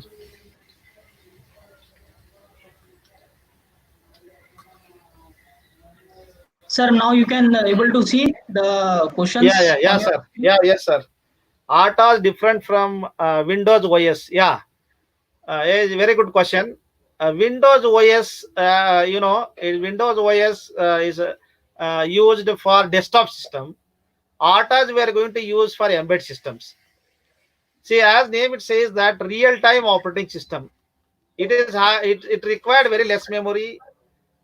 It is required. This ATAs we designed such that is going to require to take only less memory, and the Windows OS required more memory. And also here the main the ATAs, the while designing the concept, they are thinking to the main concentration time. It has to perform in time the function, and deadline has to be met. That is the main purpose of designing ATAs and using. This is what I can say the difference between ATAs and Windows OS. So next question With is, respect, yeah, where are the main challenges of IoT? Yeah, definitely. As I mentioned, few points the challenges of IoT. Yeah, definitely there are complexity will be increased more, and there are more standardizations. Any device to be designed, it should be more standardized. If you go on use, then we can come to know the exact problems. Once if you start using in the field, as you know that there is no device perfect in the world. That is even in the software also there are few bugs will be there always after designing a software. That is the reason they are go on give new versions or advanced one. So if you look at our mobile phone, always we are going to get the new version, the Android versions for our smartphone. The reason is that whenever they can see the bugs and all, they are go on rectified. Similarly, in IoT, it is a new area, so it is a complexity of the software and the hardware standardizations. These things will be of more challenges. so next question is, Hello. yes sir. Yeah. What are the challenges of IoT with respect to blockchain? Yeah, just now I spoke that is the challenges of IoT. Blockchain is another technology, and here Internet of Things will be used for getting data and then doing an action. Hello. yes. Yeah. Yes One sir, more question that's is it. Any there. other question? Which type of sensors are used mostly in IoT? See, that depends upon the applications on which we are going to use. Are you going to monitor the light? Then there is a LDR, you have to use LDR sensor. Are you going to monitor the temperature? We need as a thermistor temperature sensor we need to use. That depend upon the which parameter. I want to suppose my voice. I need a microphone. That is one of the sensor. It is a microphone is going to convert my acoustic energy to electrical energy. So I can't use temperature sensor here to convert my sound. See, depends upon the parameter we are going to we need to monitor. According to that corresponding sensors we are going to use. That depends upon the application. Hello, is it clear? Yes, Mm. we can take some more questions if the Yeah, participants have. yeah.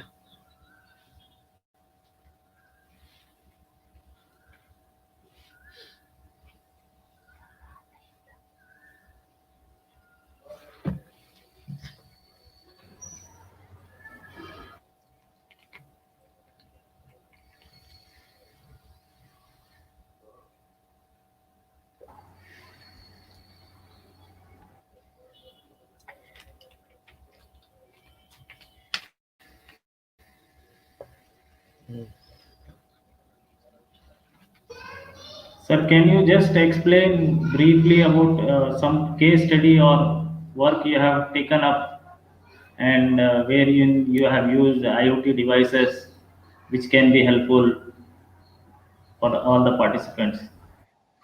See, IoT, as you know that to measure the, as you know, suppose you want to measure the temperature of the room, then we use the that is a thermistor temperature sensor, and it will give the temperature, and that can be convert into the digital signal by using analog to digital. Once we convert, that can be sent into the internet. First we have to use the controller to sense it. I mean sensor. The sensor will be connected to the controller. In turn it will be sent to the internet. We can use that is ThinkSpeak. That I used one of the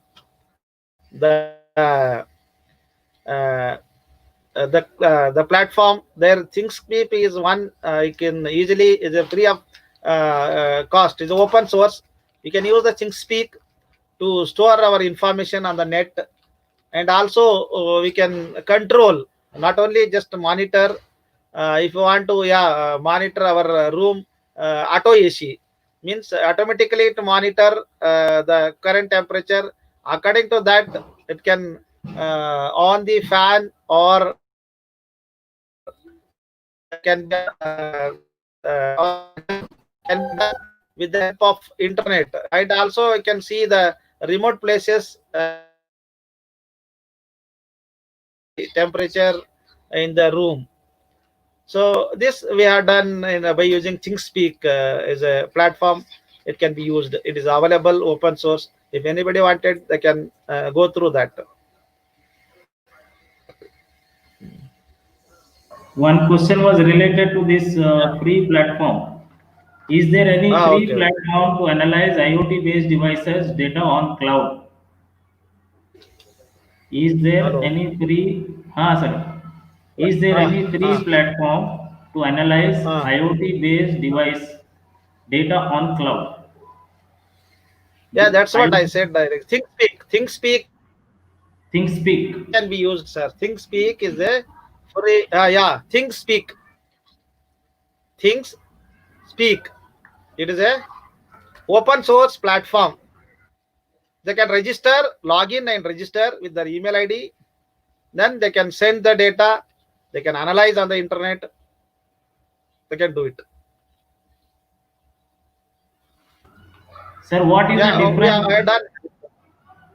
One more Yes, question sir. was there. What is the difference between Uh, Internet of Things and Internet of Everything?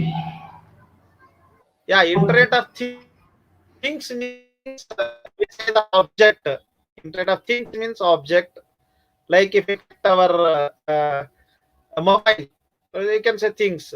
and if you connect to the human being, see, everything means everything can be connected, means any element, it may be physical or it may be live, anything can be connected by, like as I said, you can implant IoT objects, like you can RFID. If you tag RFID, you can be monitored. Human being also can be monitored. Animals can be monitored. Any physical objects can be monitored. That is the reason they have changing the word as internet of things. I mean, internet of everything means not only few objects. We can connect all the devices or anybody, anything in the world. That is the reason they have changed the name internet of everything. Sir, one more question is there on your Yeah. screen. Yes, yes.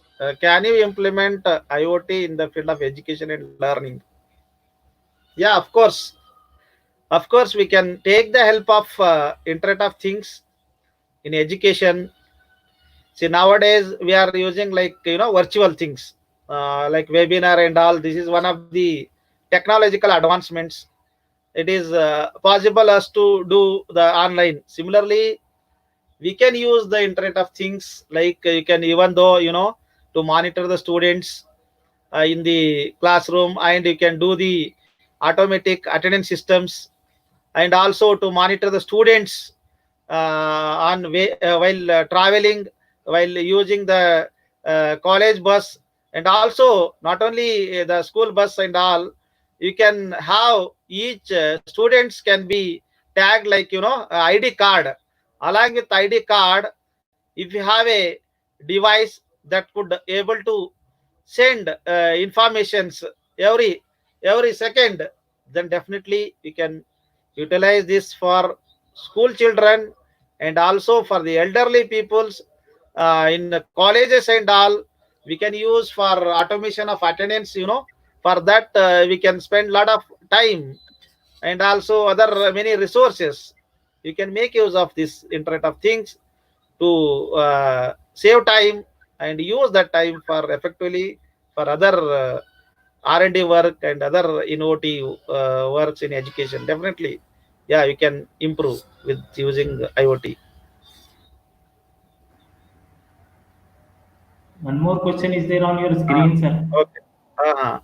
So it's possible to share hands-on video of small application of embedded and IoT. Is yeah. There's a video they want. Okay, Yes, sharing. sir. Yes, sir. Small videos if you Yeah, have. yeah. We share later, not a problem. I will send it after the session. You can share it, not an issue. Okay. Okay. For Okay, how sir. to use this embed systems, how to program and all, you can share it. Sir, one more question I want to ask on behalf of all Okay, the sir. participants. How this your topic, embedded system Ah, and IoT, is related to data science? yeah, yeah, Actually, we have yeah. Yes, FDP on the data science. How it is yes, yes, yes, related? yes. See, first we need to generate the data. Without data, there is no work of data science. Data science basically says that, yeah, it is a software model. First, you have to collect the data. Once if you collect the data, then there is a work of data science. For collecting data, we need in the field, like we need a hardware, like, we say the like building monitoring, or there's a apartment monitoring. When comes apartment monitoring, once the apartment has been built, then there is a monitoring is required. See, here also, for generating a data, we need sensors, we need a microcontroller, we need a processor. So those devices will be in the field, in the real world. They need to generate a data. Once if it generated data, after generating data, then it will be sent to the internet. Then just sending the internet is not an enough. As you know that there's a huge amount of data will be generated. Once it is generated the huge amount of data, to make it meaningful, before to take a decision, you have to segregate the data. That data segregation functions will be done by data science, not by is a IoT. It is a use like a ocean. We say it is involved. Data science also it is a part. So once after generating a data, there is a data analysis has to be done. The type of data for that we need a data analysis. Okay, so then it will make a decision, and at the destination side, the actions will be performed. Is it clear, sir? One more question is there, sir. Yes, sir. Thank you, sir. ಇನ್ನೊಂದು question ಅದೇ ನೋಡಿ sir. Okay. Tell us that IoT is used in space research with example. Yeah, of course, we can use a lot of things. Is IoT purpose is automations. It is used for in space research with an example. Definitely, see, space research is one of the field there. We can use the application of all the fields, not only IoT. Yeah, of course, IoT is one of the new field, and it is a research field. Definitely, the data what we are going to collect, like here in the on Earth. Similarly, we can collect in the space. In space, we have to collect the data. There also, we need to collect the data. Like in Chandrayana 2, they have launched. There also, the function is to collect the data. That is Pragna 2, the recently launched by our ISRO, due to some technical problems, all of you. So, see how much important if one parameter fails, it could not able to do its function. See, that is the reason this IoT and real-time operating system is all plays a very important role. Definitely in a research, I mean in space research, there we need to collect the data. The main function of sending our devices there to monitor there what is it suitable for the human being, what are its the things available, weather how it is there water, is there air, is there oxygen, what else it is available in those has been collect and sent to the ground station. Yeah, definitely. Yes, sir. IoT I is think meeting which communication standard? IoT is can be used in the general internet, and also there are one specifications are there in IoT, Internet of Things. Each device has, that each device has been IEEE standardized. Yeah, here IoT is also to be many IEEE standard specifications are there.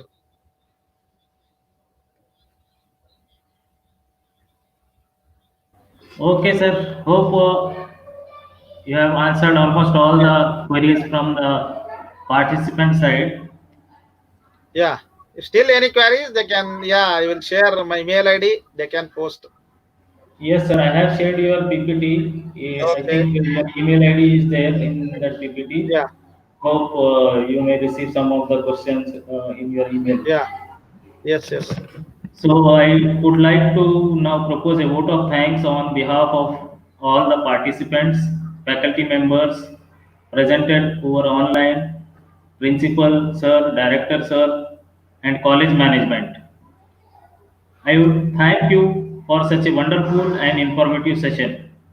Hope the participants might have got to know how and why the IoT and embedded systems are part of data science, from where we get the basic information and data which can be further processed, analyzed, and used for various applications like prediction of an event to happen using different algorithms available in machine learning. With this, we conclude our session 1 for the day, and we'll start the next session after a short break, say about 12 o'clock. So we'll have a short So 10 I would minutes like, rest. Yes, sir. I would like to say thanks to management of THEEM, a College of Engineering, and the principal, director, and all the staffs and organizers and our participants. Without participant is not able to successful. Yeah, I would like to say thanks for all the team members uh, for giving an opportunity to share my ideas on embedded system and Internet of Things. Sir, our director, sir, is there, sir. Could you say some few words for us and participant as well? Yeah. Good morning.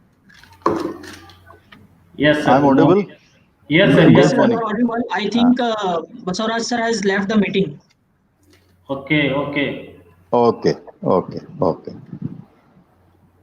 Okay. Thank you, everybody. Yes, sir. No.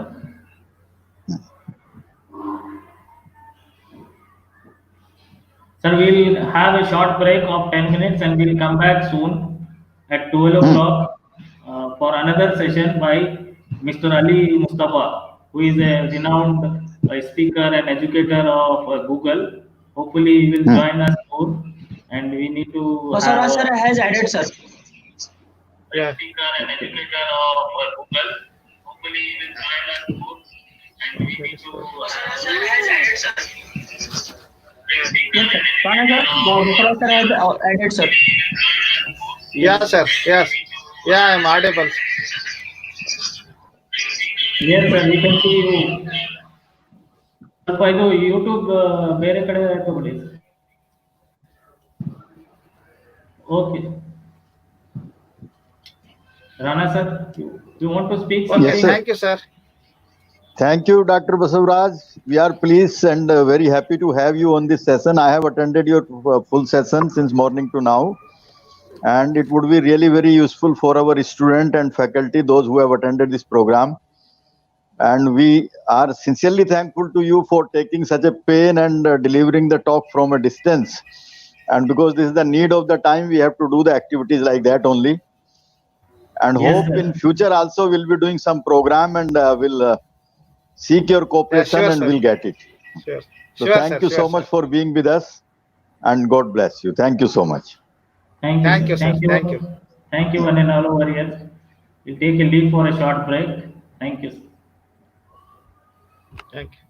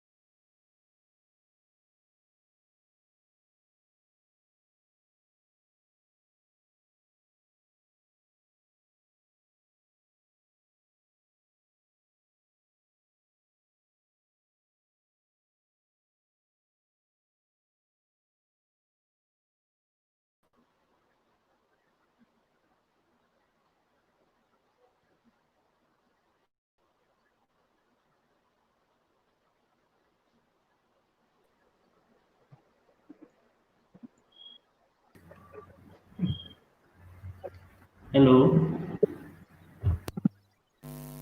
Hello. Yes, Hello, sir. sir. We are live, sir. Good morning. We are live, sir.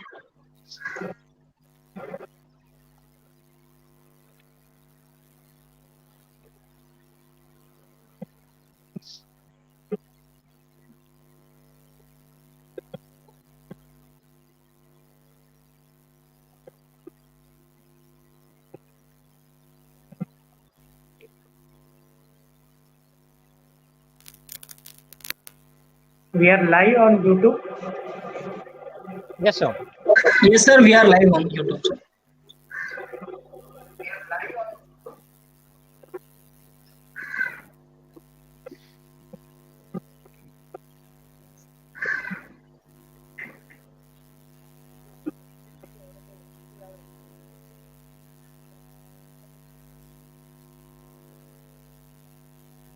Najmuddin, sir, you can start, sir.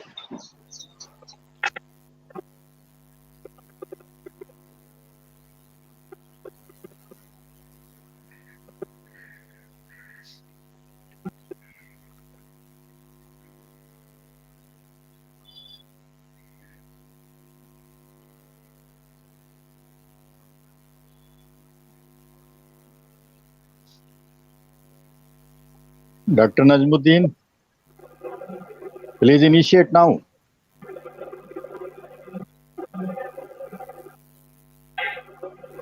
Yes, start now.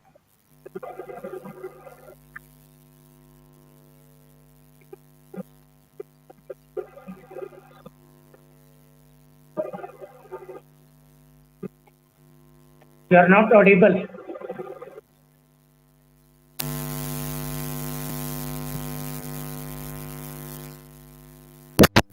Now is it okay, sir? Hello. Yes. Hello. Yes, sir. Yes, sir. You are audible, Yes, sir, right yes, now, sir. yes. You are audible, sir. Before we start the session, let me introduce Mr. Ali Mustafa. He has a bachelor's degree in information technology from AP Shah Institute of Technology, Thane, and diploma in IT from MS Sabu Siddiqui Polytechnic, Mumbai. He founded and chaired IEEE student branches in AP Shah Institute of Technology and conducted numerous inter-college events for students to bridge the gap between academia and industry.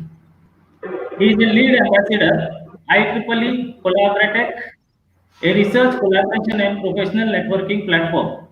He has trained in 100 plus colleges across 38 cities in India and abroad, and a well-known figure in almost all IITs and NITs. He has designed numerous courses for students on Python, ML, and Firebase, and are available on GitHub. He also has numerous startups in Mumbai region.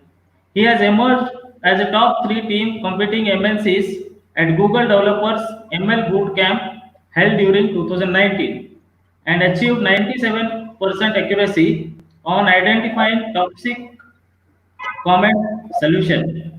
With this brief introduction, now I call upon Ali Mustafa to start his presentation on ML.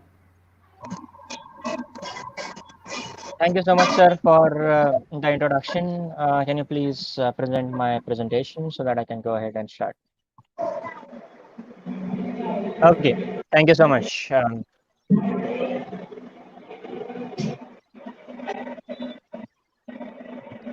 I hope the presentation is visible to everyone, and I'll just start. Yeah. Yes, sir. It is visible to us, sir. You can Okay. start, sir. Okay. So, hello everyone. My typical way of saying hello is raising your hands, and once when I deliver offline session, I usually expect people to raise their hands and say hi. That energizes the whole environment. Though we are at home, you can still do it, in front of your camera, and maybe we will be able to not see you, but definitely that will bring some sort of energy to your surrounding. So yeah, I'm Ali Mustafa, and I say my tagline as I build human networks because I'm very effective networker. So in terms of not computer networks because I'm very bad at it, but in terms of human networks of how humans connect and how humans interact with each other. That's why I've been part of many programs powered by Intel, Google, Microsoft, and NVIDIA. So I have been like a Google certified educator, software innovator program at Intel, and Microsoft student partner program at Microsoft. I'm also an certified NVIDIA deep learning instructor and deliver a lot of sessions across different cities and different colleges. These are some of the file photos of different sessions which are taken at different universities. So yeah, that's a kind of selfie which I take after the session. But though this is a virtual session and this is the new normal, as everyone says, so yeah, we will kind of take a screenshot maybe. Okay, at the end of the session, that will be more helpful maybe. Okay, so yeah, you might look at me and you might wonder that hey, Manali is not a guy with an age of 35 or 40, or he might not be so much talented, or might have not so much experience for delivering a session on machine learning and AI. But let me tell you that after seeing this slide, you might be rethinking about it again, because I have been very active since I was in diploma first year, like at the age of 15 I started my career. And ever since I've been learning every day and every week. And I have been we have worked with international organizations like Google for presenting a paper at neural IPS in Kolkata for inclusiveness 2.0, and showed the power of community. And I was also the founder and the organizer of TensorFlow user group Mumbai. That's the first TensorFlow user group in India. And like invited as a speaker at TensorFlow World Ignite. That is world's largest and the first machine learning conference on TensorFlow specifically. Okay, so yeah, that's some of my kind of achievements. So as an Intel software innovator, we work on different programs where we work with local problems and try to solve them. One of my projects which are there is about you have seen the situation of Mumbai Railways, right? Most of the times there are a lot of people on the platform, and it becomes really difficult for anyone to manage them, because there are thousands of people on the platforms, and they want to go to different bridges. And a recent accident proved fatal, where we lost a lot of civilians, and it was not even kind of a typical problem. It was just overcrowding, and due to the overcrowding the bridge fall, and that's why there was a problem. So I'm designing a system which can automatically recognize a danger of a stampage, and might alert the authorities saying that there might be a stampage in next 2 to 3 minutes. And they might just announce it, or they might send some forces which can help to avoid stampage. So that is one of the projects which I'm currently working on, and the paper might be out soon. So I'm using some of the Intel technologies like OpenVINO toolkit, neural compute stack for on device processing, and a camera. So I might share about this project later in the line, or if you're interested to collaborate, you can definitely ping me up on my email, and we can collaborate and do that. You can also publish your projects on Intel platform. That might be helpful, and it might be recognized by others, and you might find a lot of collaborators there as well. So as a MSP, you can also, if you are a student and you are in final year, you can in any year you can also become an MSP. It is an open program for anyone. So yeah, yeah. As an IEEE collaborator, so I always say that when people ask me, Haley, how did you gain so much of experience? I usually say that use platforms efficiently and effectively. So if you're on LinkedIn, if you are on a platform like IEEE Collaboratech, which enables you to work with different professionals. So today I have network in around more than 20 countries, and that too sitting in India. I have never traveled to all these countries. Sitting in India, how to make that network, how to make sure that things turn, you have an influence over different people across different countries. So you need to make sure that you use the platforms effectively. You kind of influence people, you kind of mentor people, and Collaboratech is one of them, where I'm part of the artificial intelligence group there, and I share my insights there, and people kind of share theirs, and that's how we learn every day. So that's about it. So before starting deep learning and machine learning, there is a very common like people don't have a common goal in terms of learning machine learning or deep learning. They usually think that because it is a fancy technology, they should learn it.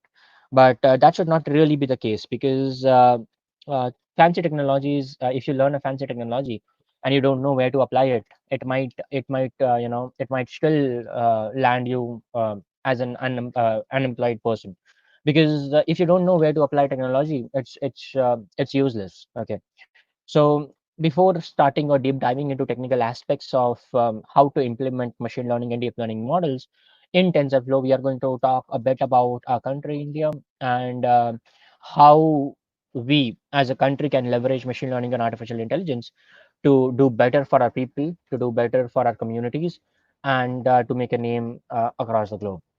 So, yep.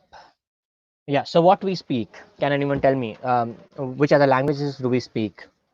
I'm watching the live comment section, so you don't need to worry about.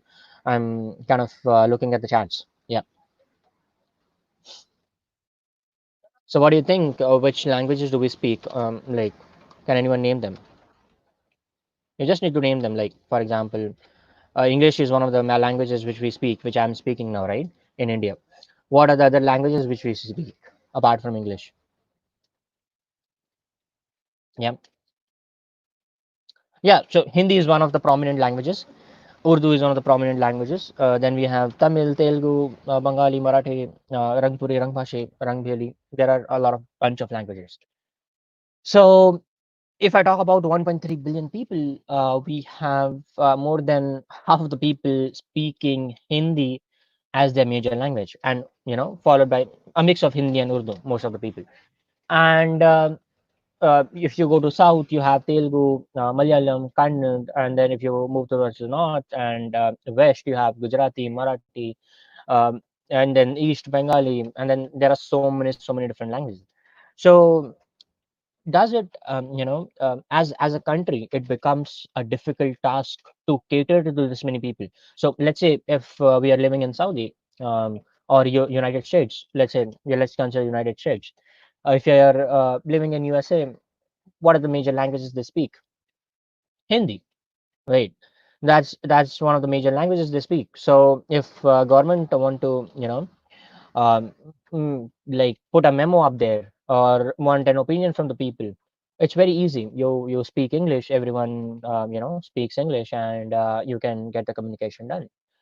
But with the diverse crowd, there comes a problem of how can everyone around India can understand this memos, can understand this instructions, can work on top of that. Though Hindi is adapted and made sure that everyone learns it, but again, people in South are reluctant to it, and also people in Maharashtra, like we are more focused on Marathi than learning Hindi. Okay, so that's a major problem about language barrier. Now, as a company, as an organization, as a government, your job is not to blame the people because they don't know the language. Your job is to make sure that even if they don't know the language, they should be able to hear the communication, or they should be able to understand what is being told. Because we cannot kind of blame people because they don't know a specific language. Okay, so here comes a technology where machine learning or deep learning can help you to make sure that everyone who's attending your webinar, or everyone who is attending your speech, is able to understand the language which this guy is speaking. At the same time, everyone is able to express themselves in their own native language, and people are able to understand them in their own. So someone is speaking in Hindi, that might be converted to English or Marathi or Tamil or any other language. I frequently travel to South, and I usually use Google Translate to do a lot of communication. So yeah, that's one of the examples. And people might be thinking that why most of us are not on internet. One of the reason is that it's not just about a single language. It's not about just Hindi or Marathi or Tamil or Kannada. Even if we count languages and we come across a number which is a solid number, it might be around 30 or 32. But if you dig down, you might find that there are more than 1600 dialects. So what is a dialect? Can anyone tell me what is a dialect? Anyone has an idea? You can add it in the comments and I will be able to see it.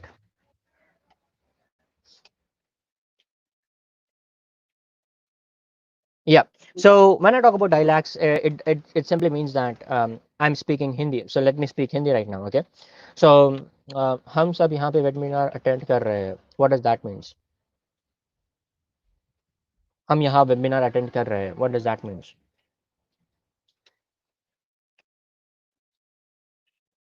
Yep, that means every one of us is standing, sitting here and attending a webinar.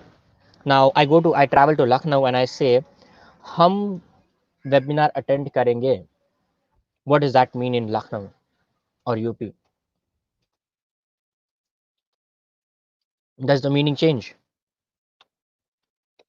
Yes? Oh, yes, the meaning will change there. Why? Because now there hum means I, your hum means we. Though we didn't change the language, the way of speaking, the culture changed, and that's how they means, we means your hum means I, and in Mumbai hum means we, we the people. Okay, so that is a simple example. There are so many dialects of Hindi. So even Punjabi is a dialect of Hindi. Okay, Rangpuri, Rangbhashi, Rangbheli, Avdhi. So these are the languages which I've been working on. There are, if I sit down and list you some of these languages which I've been working on lately, you might have never even heard about it. Avdhi, Rangpuri, Rangbhashi. All these are languages which exist and which more than 5 to 6 million people speak.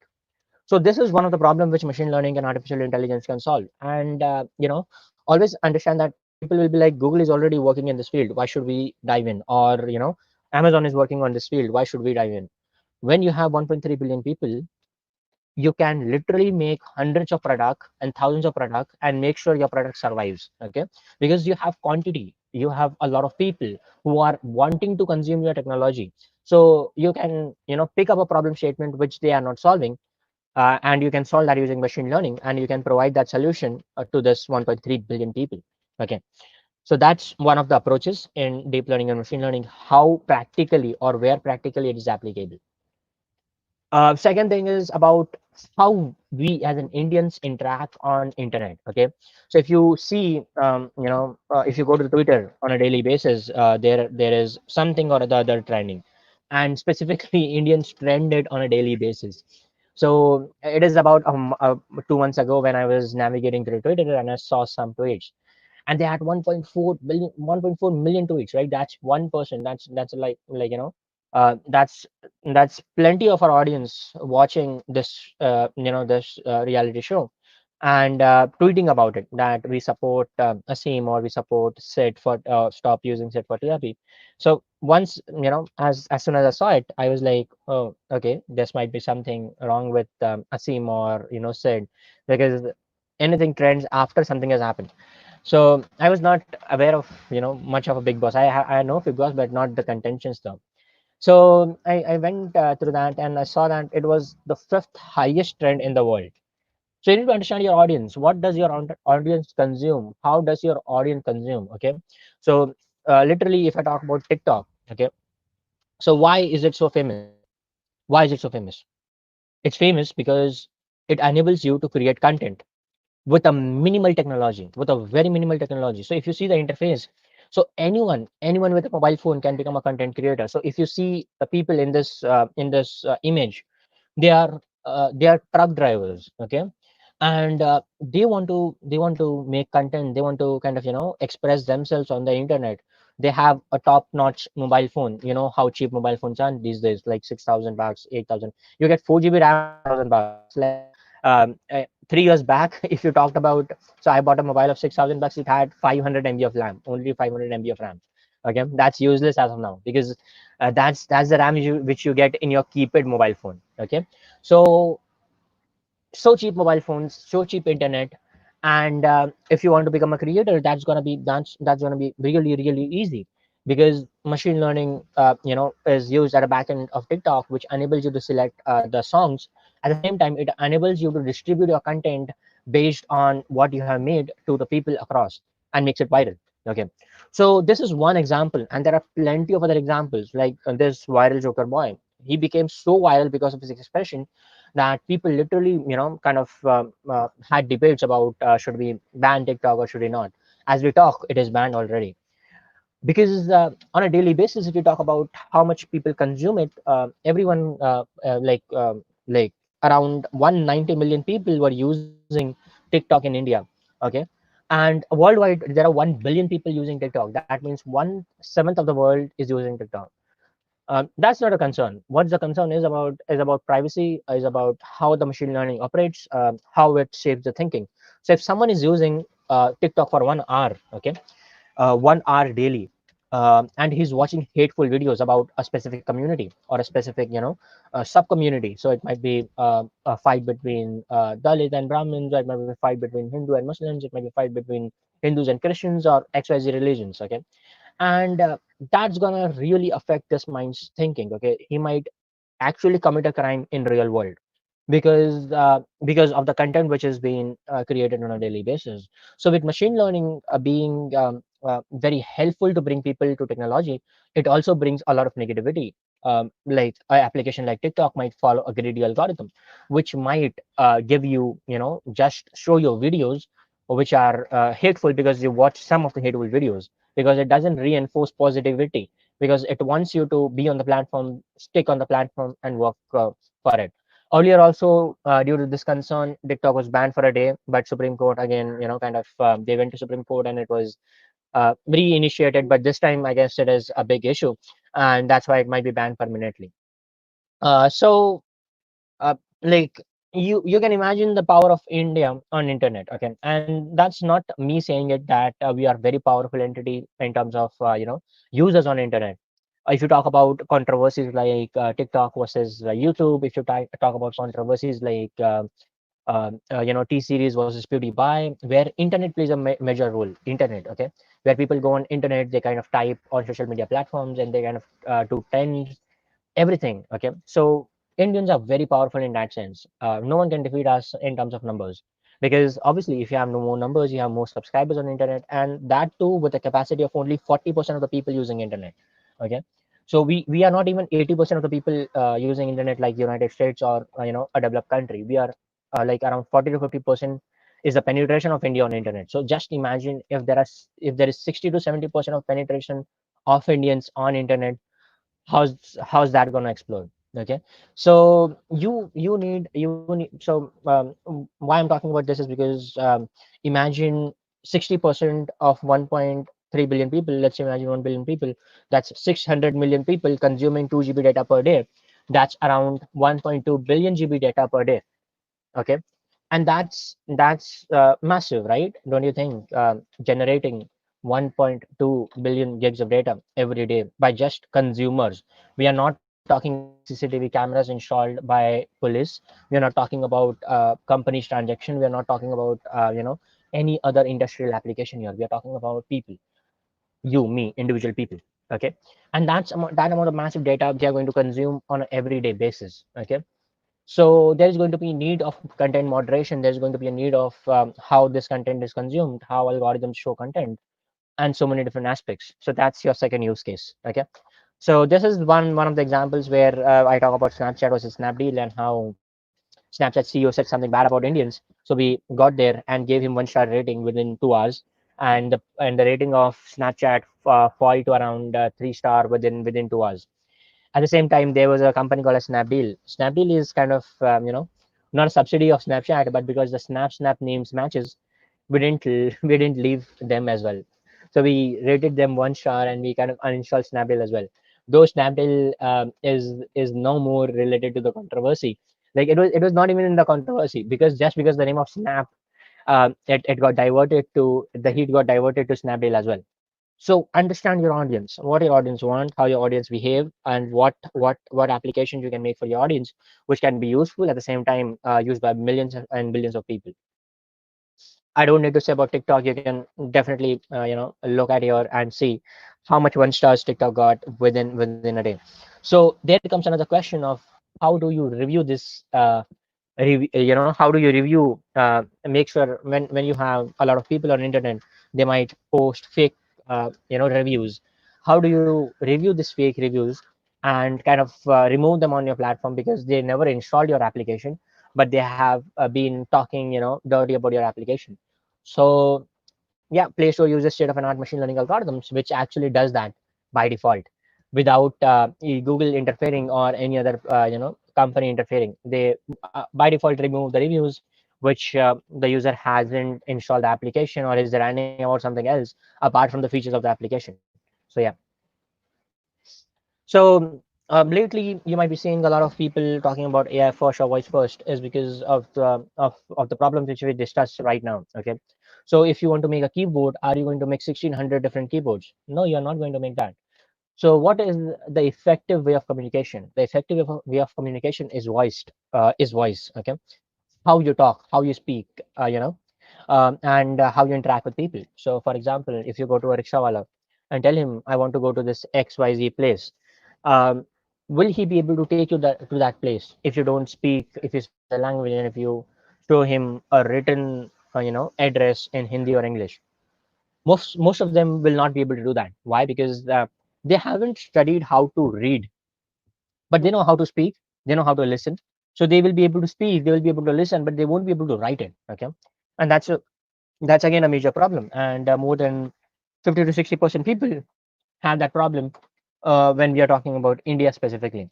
So how do you sort this out? How do you enable them to enable them to learn how to write, or you make applications which are tailored to them so that they don't have to write and they can actually use speech and interact with each other? So if you remember this viral video, I hope everyone remembers this viral video, and specifically boys, guys. So this this video actually showed you how emotions travel through each other. So what is the simplest form of communication between humans? Can you tell me, apart from language? So language is not the simplest form of communication. What is the simplest form of communication for humans? Can anyone tell me in the comment section? I'm watching it. Yes, what is the simplest form of communication apart from language? I'm watching the chats. Put in your thoughts. Simplest form of communication. So let's say you want to interact with someone from Saudi or United States or European Union. What is the simplest form of communication? It's going to be hand sign. It's going to be like, okay, what does this means? Can anyone tell me? What does this means? Can anyone tell me? What does this means? Can anyone tell me? Yeah.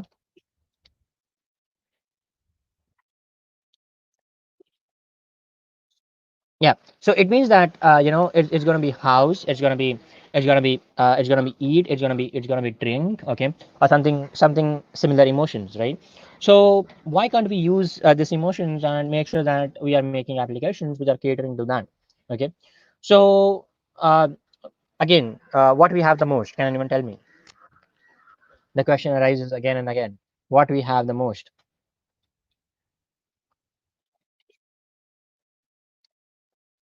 Yeah, anyone willing to answer that? So US, yeah, so we have population the most, and that's very prominent because we have a lot of people, and people kind of use internet. So yeah, a lot of people, you need a lot of solution, a lot of problems.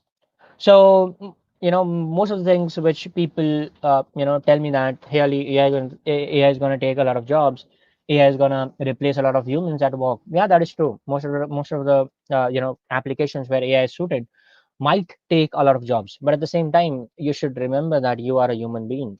Human being is the most complex entity across the globe, okay, and across the universe, I can say, because they are the smartest. Okay, who could imagine that humans could go on moon, a moon which everyone just saw at night? Who could land on moon? Who could go to Mars? Who could make reusable rockets? And that's just a start. So these things are amazing. These things are the human nature, the innovation, creativity, development, learning, skill set, potential, intelligence, memory. All these things are capability of human brain. And do not mistaken it for a computer, because computer can do what it is programmed to do. Yes, it can do what is this programmed to do. But at the same time, if you are a human being, you always have an upper hand in thinking or in analyzing what you can do at what you can be great at. Okay, machines cannot innovate. Machines cannot be more intelligent than human. They can have skill sets, but they cannot have a lot of skill sets together. Okay, so yeah, these are the several things which machines lack, but you as a human being possess. So never underestimate the power of human being. Okay, before we start technical, so now we are going to talk about technicality, and we are going to write a hands-on program for explaining machine learning. Okay, so um, before I go ahead and I talk about how to implement machine learning, I again want to emphasize on the application, saying that machine learning is not applicable everywhere. Okay, so all these use cases which I discussed is a use case of machine learning, but it doesn't make you use machine learning anywhere where a simple application can work. So this is a small video which I'm gonna play. Oops. Okay, where you can see this guy is trying to sort apples without using machine learning. Okay, no, it's not apple. I guess it's apple or it's pomegranate. Okay, something similar. So this guy's trying to sort that with the help of sizes, and you can see he's not using any high-end technology. There is no machine learning here. Okay, there is no artificial intelligence here. There is it's very simple, very useful, and an amazing application, and without using any high technology. Okay, so what business value are you bringing by involving machine learning? Okay, are you going to bring any more business value to him by making a machine learning model out of it? If he's investing, let's say, 10 lakh rupees in making a machine which can sort this you know thing, which can sort this complete fruit into different sizes and shapes, obviously it can be done more effectively and efficiently, but is it going to save him cost? Will he be able to afford that technology? That's the major question. So understand that machine learning is good, artificial intelligence is good, but at the end of the day, are you utilizing it for adding business value? Are you utilizing it for changing how people consume content? Okay, so yeah, that's about this video. So let's start with machine learning. So if I talk about machine learning in today's world, I can say that machine learning is the intelligence behind the internet. Okay, how intelligent the internet has become, machine learning is responsible in a much variety of ways to make sure that the internet becomes intelligent. Okay, so let's start from basics. What is machine learning? Okay, machine learning is a branch of artificial intelligence, and it is a form which enables machines to learn something and improve over time and become master that learning which they have been doing for a lot number of time. Okay, so if you see today's world, you might be finding a lot of applications of machine learning, or a lot of demand in jobs of machine learning engineers. Okay, so let's say if today you want to start your career in machine learning and deep learning, you need not worry about maths, you need not worry about algorithms, you need not worry about what works best. What you need to worry about at this moment of time in 2020, if you are becoming a data scientist, you should know how to use the most popular libraries. For example, TensorFlow, PyTorch, two of the most famous machine learning libraries. At the same time, you need to also make sure that you can process big data in machine learning. So at this moment of time, you don't need to learn about maths, obviously, because there are a lot of researchers already in this field, and they are working. They have a PhD. They've been working for 20 years. So if someone comes to me and ask me for explanation of maths behind machine learning, I might not be able to explain everything because I have not worked extensively on top of that. But my domain is more about how can I leverage these libraries and deploy and develop applications, and put them in progress, in work, in production, and get the monetary benefit out of it. you know give monetary benefit to the business and get monetary benefit myself. So yeah, so before we get technical, before we understand different concepts, activation functions, maths behind machine learning, and everything else, you need to understand that nothing is difficult. Okay, so if you're learning rocket science in a music, if you're learning rocket science, people will be like, "Come on, guys, it is not music theory." Okay, but if you are, you might have heard this a lot when professors say you in class. If you're learning programming, and then professors are like, "Hey, man, this is not rocket science." At the end of the day, if you go and study rocket science, they might be hearing something similar. Okay, and if you go to learn science, they might be like, "Oh, this is not commerce." If you go to commerce, they'll be like, "This is not science." So this is a way of people downgrading other streams, but every stream is learnable. Okay, everything in the world is learnable because it is human created. Okay, anything which humans create, you can also create, you can also learn that, you can also master that. Okay, but it just needs a proper amount of time, it needs a proper amount of skill set, it needs a proper amount of guidance from an expert who has already learned that. So there's something called as 10,000 rule. So 10,000 hour rule. So what does that means is, if you want to master any technology, you need 10,000 hours. So for example, you need to learn swimming, you don't know swimming, you are afraid of water, you know. So how you will become a world's best swimmer if you are afraid of water? So it will take you 10,000 hours to master your fear and swimming to become the world famous swimmer. Okay, but obviously if you calculate 10,000 hours in terms of human capacity, can you tell me how much years is become? If I talk about 10,000 hours, how much years will it become?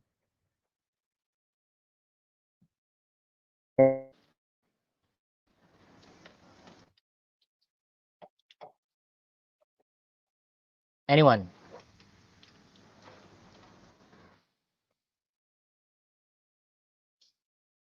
It's going to be a lot of years, it's going to be a lot of hours, and obviously you're not going to sit at a place and study for 10,000 hours. So there's another rule called as 25 hours, 25-hour rule. What does that means? That means, let's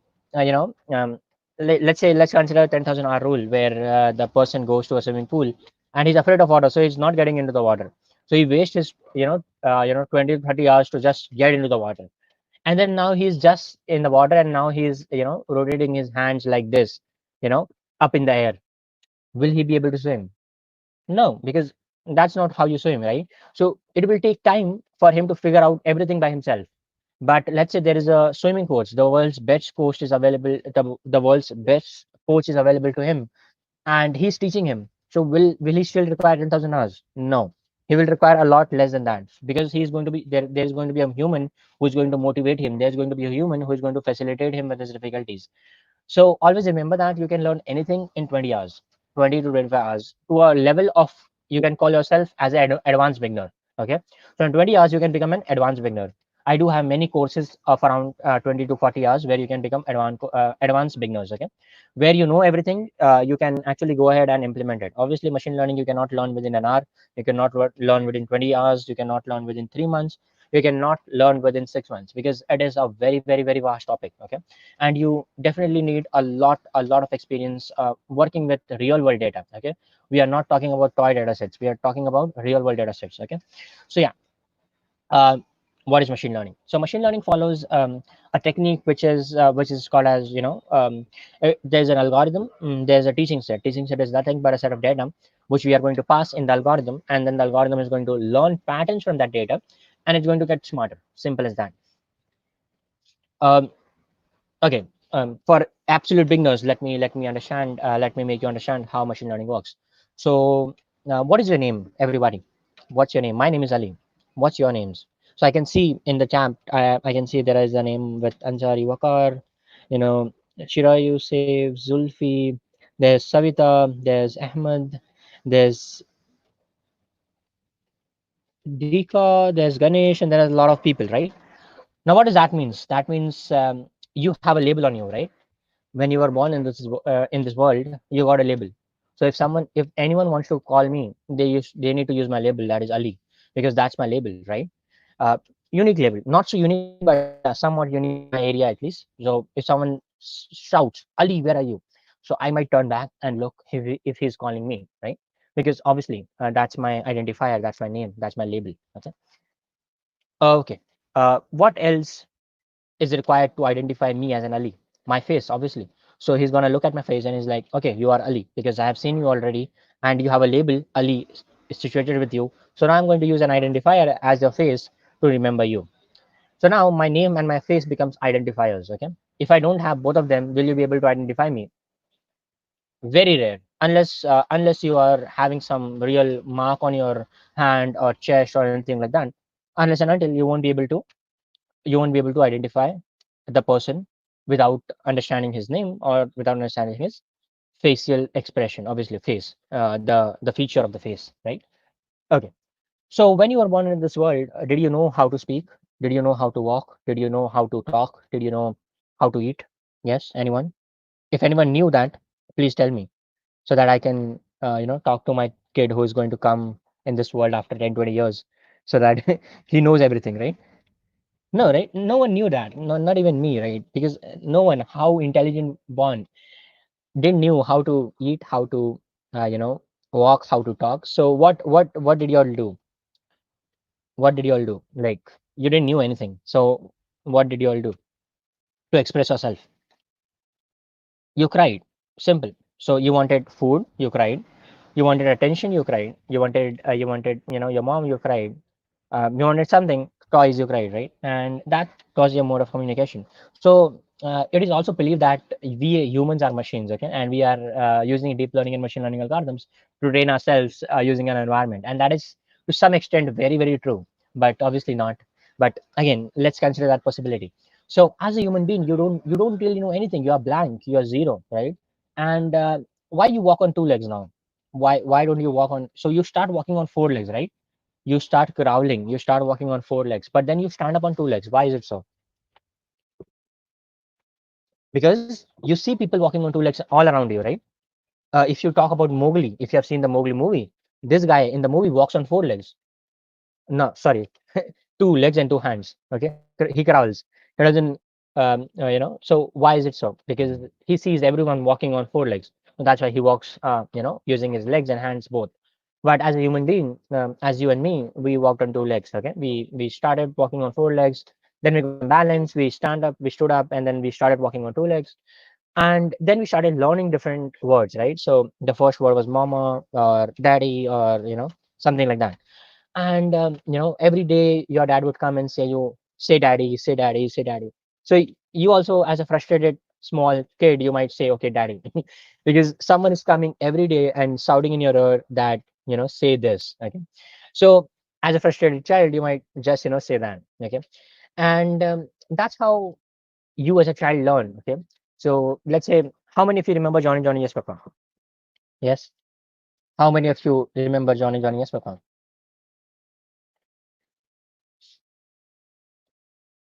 Yeah. How many of you remember it as of now? Do you remember John Johnny Papa? Eating sugar, no papa. Telling lies, no papa. Open your mouth, ha ha ha. Right? Kind of. So this was the poem which I studied, when I was very small. But today I am like around 22 years old, 23 years old, and even after 20 years, I can remember that poem. Why is it so? And I also learned periodic table when I was 17, but I don't remember that. That has been also 5 years. I don't remember periodic table. Do you remember periodic table? Yes. So it's difficult, right, to remember periodic table unless you have learned it using some songs or something, very, very intrusive. Because periodic table is, crazy. But at the same time, Johnny Johnny Yes Papa, like it's real good, right?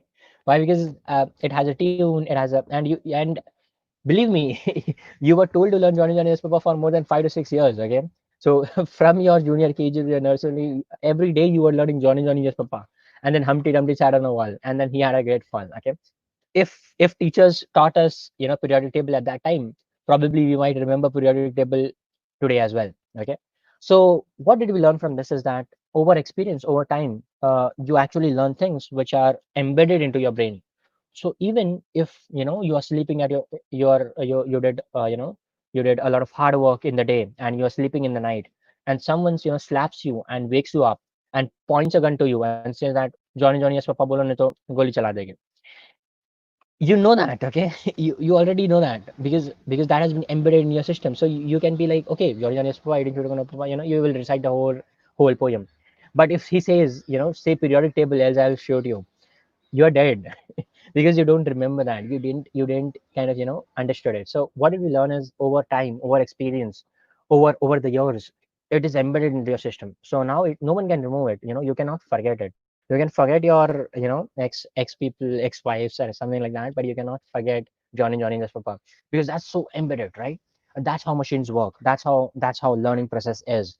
And this was introduced in the year 19, I guess 1933. And there are a lot of years, so I tend to forget the numbers, so don't catch me on the numbers. But it was 1990s where everything, from the base of understanding human psychology and human learning started. So there is called as heb rules, there's called as delta's learning rule, there's a lot of rules of learning and how machines could learn like humans do. So one more example, if anyone wants to understand, is about what this guy is doing in the presentation. Can you tell me? Is he laughing? Is he crying? What he's doing? Yes. What is this guy going in the presentation? Is he laughing or what he's doing? Can anyone tell me? He's crying. Why he's crying? Why do you think this guy's crying? Everyone is saying that they are crying. He's crying. Yeah, I can see he's crying loudly. So why do you think he's crying?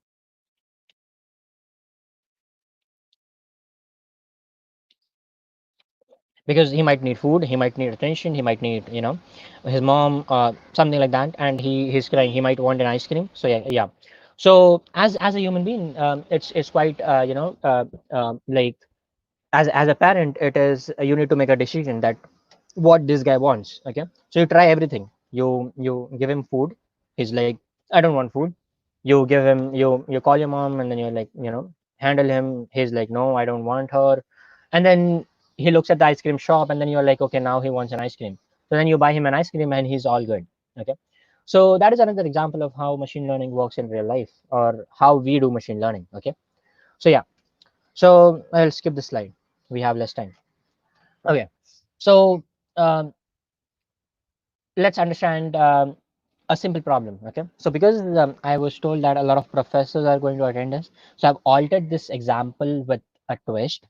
So no need to worry. But yeah, if you are a teenager, I have a similar example which is on my YouTube channel, so you can go ahead and check that out. But yeah, you can just type Ali Mustafa and you'll find it. But this example is very, very, easy to understand. The concept of how data is pre-processed and fed into the machine learning system.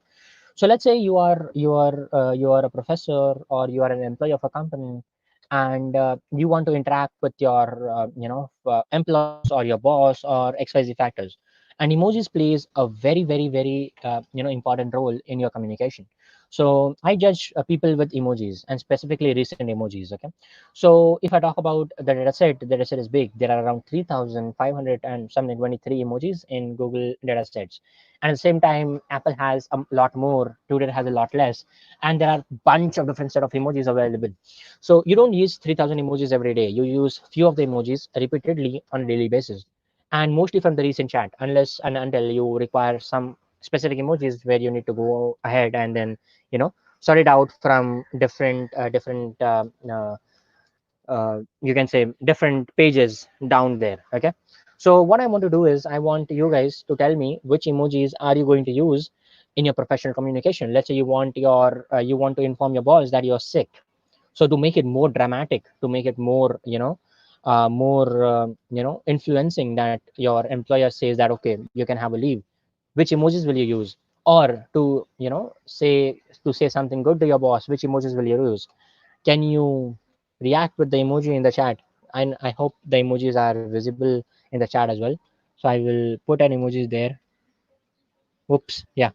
So you will have a bunch of emojis, and I would use this kind of emojis when saying that okay, this is for this emoji is for showing how your boss is happy, money, salary, a lot of work, I don't want to work more, or I'm just sleeping or something like that. So, and this is more like a curious emoji. So this is the emoji which you make when your boss doesn't give you bonus. So there are a bunch of emojis out there, right? And again, we have a big data set, so now we are going to use this as well. And here also there are a bunch of emojis which are there. So something like this. So you might want to hit your boss or something, or you might want to tell your employees that use your brains or something, or you might want to hit your employees, something like that, or you want to say that I'm frying an omelette. I will be late. I'm doing a breakfast. Okay, so these are the professional ways where you interact with your boss, or interact with a lot of employees on a daily basis, or your boss on a daily basis. and emojis plays a very vital role in your communication. So what we are going to do is we are going to put some samples emojis which you use on a daily basis, and there are not just one sample emojis. So we usually refer the input data as X, then the data which we are going to train, so X. So if there are multiple features, so we are going to refer them as xn, that is x1, x2, x3, x4, and xn. Okay, and the output, the target output is Y. So Y is going to be professional or not professional. So is the emoji set professional or is the emoji set not professional? Okay, so that's going to be our conclusion. So let's play a small game. Which movie is this? Can anyone tell me? Come on, be quick. Be quick, be quick. We have less time. We want to do hands on. So this is just the preparation phase. Okay. So which movie is this? It's a very famous movie, and I hope it is a Hindi movie. So people who are Hindi, so they might be able to tell me. This is Neerja. Okay. So which movie is this? This is Neerja. Because why? Because you see plane, you see gun, and you see a pilot. Which movie is this? Come on, be quick. The second movie. Which movie is this? Again, a Hindi movie. This is Jurwa 2. Okay. Which movie is this? Yeah, right answer. Sanya. Okay, which movie is this? This one. I need not tell everyone. Okay, everyone watch this movie. It's Titanic. Yeah, the first answer was given by Asif. Okay, which movie is this? This is also a very good movie, Oscar-winning movie. Which movie is this? This one. Yes. Life of Pi. Yeah, it's Life of Pi, right? So every day, how did you recognize all these movies? Because you use them on a daily basis. You have watched, you use emojis on a daily basis. At the same time, you have watched these movies, and that's why in the back of your brain, you're able to extract some features of this movie and try to match with the emojis, right? So this is what we call as transfer learning, where we have already seen these movies and we know we have emojis. So we match the learning of that movie with the emojis and we try to come up with a guess. Okay. So yeah. So here we need input data that is called as a X, and we need output data that's called as a Y. So output data is going to be yes, no, or something like that. And input data is going to be a matrix of emojis which we use on a daily basis. And yeah, so there is a relationship between this X and Y. So there's a direct relationship between X and Y. So if you use this set of emojis, you are not professional. If you use this set of emojis, you are professional, and so on. So we need a lot of training data because obviously in machine learning you require a lot of data. So here we might consider more than 10,000 or 20,000 examples. And here we cannot use yes and no. Why? Because machine doesn't like textual data or images data. So it needs data in the numerical format. So we need to convert these images in a numerical format, and we need to convert this output or y in a numerical format. So no will become 0, yes will become 1, and this X will become, we will name every emoji as 1, 2, 3, 4, 5, and we can make a matrix out of it. Okay. So, and then we are going to define a machine learning algorithm or a machine learning model, which is like which we can define using TensorFlow or PyTorch or a simple scikit-learn library like a decision tree, or you can use a lot of algorithms like random forest or XGBoost or SVM for that case. And you can pass this data into the algorithm, and after that you can save that algorithm, and then that will be your end result. And then you can pass a text data, and that is going to give you an output of a probability of how much percentage this guy is professional or how much percentage this guy is not professional. Okay. So yeah, so this is what the box, the everything you see in the box is what I call as the machine learning algorithm or the machine learning process, the major process of defining the algorithm, saving the algorithm, making sure that it works on the interfacing, and yeah, and the process before that is called as pre-processing, where we had a large number of data, we removed some specific features from that data, and we passed that as an X or a feature, and yeah, that's called as pre-processing. So yeah, on the shorter note, if someone is using stickers, so that is going to be that is going to be an exception that is called as outliners. So here we are not going to be, so it is quite possible that people might be using stickers, right? They might not be using emojis. So these are called as outliners, for which we didn't train the machine learning model to work on, right? So we didn't train on all this stickers, and people using stickers might be outliners. So yeah, I hope you understand this concept. Okay. So we are not going to go history of machine learning. I'm just going to talk about this specific slide because this is very close to my heart, and all my admirers, most of them are from this slide. So McCarthy John, Geoffrey Hinton, Jan Ligon, Yoshia, they all are Turing Award winner. Turing Award is the highest recognition, like it is like a Nobel Prize in computer science. And this is Jan Ligon training, handwritten digits on a computer in 19, I will give you that year to do a guessing. So research about it and comment below. Okay. So which year Jan Ligan is doing machine learning in and recognizing handwritten digits. Okay. So that is really, really awesome. You should watch this video. And there are some again amazing persons who have contributed to machine learning and deep learning, like Francis, the creator of Keras, Jeff Dean, the head of Google AI system, and AI Winter, which was a hackathon which enabled research into deep learning and machine learning in 1960s. So if I talk about AI Winter, that was the major revolution around. And in 2012, we realized the potential of deep learning. So that is called as a deep learning revolution. And these are the years which you need to remember. If you don't remember, that's fine as well. Okay, so as I told you already, there's a quite good possibility that you might lose job, but at the same time, machine learning is going to create more jobs and more jobs. And how is it so? So today there are a lot of people in India who are not able to seek medical help because they don't have money. At the same time, there are not enough doctors which are available. And to make a doctor, how much money do you think is required to develop a doctor? At the same time, how much time is it required to make a doctor? It To do a doctorate, it takes you more than 6 to 7 years to become a doctor. And at the same time, you are not specialized. You still need to do specialization. You still need to practice. Okay, why not if I collect all this data, put into a machine learning algorithm, and make a machine doctor? Okay, not doing operations obviously, but helping the doctors doing operation. Can I do that? Yes, I can do that. So that's how it's gonna create a revolution in the medical field. At the same time, if you talk about coronavirus, we are much ahead in terms of making a vaccination, just because we were able to decode the DNA using artificial intelligence and machine learning. Else it could be not at all possible to do that. Okay, so yeah, so let's do hands on. So this is the lab which I'm going to share it. So I'm sharing this lab again in my Telegram chat. I'm going to post that URL here. So in College of Engineering, and this is the code lab.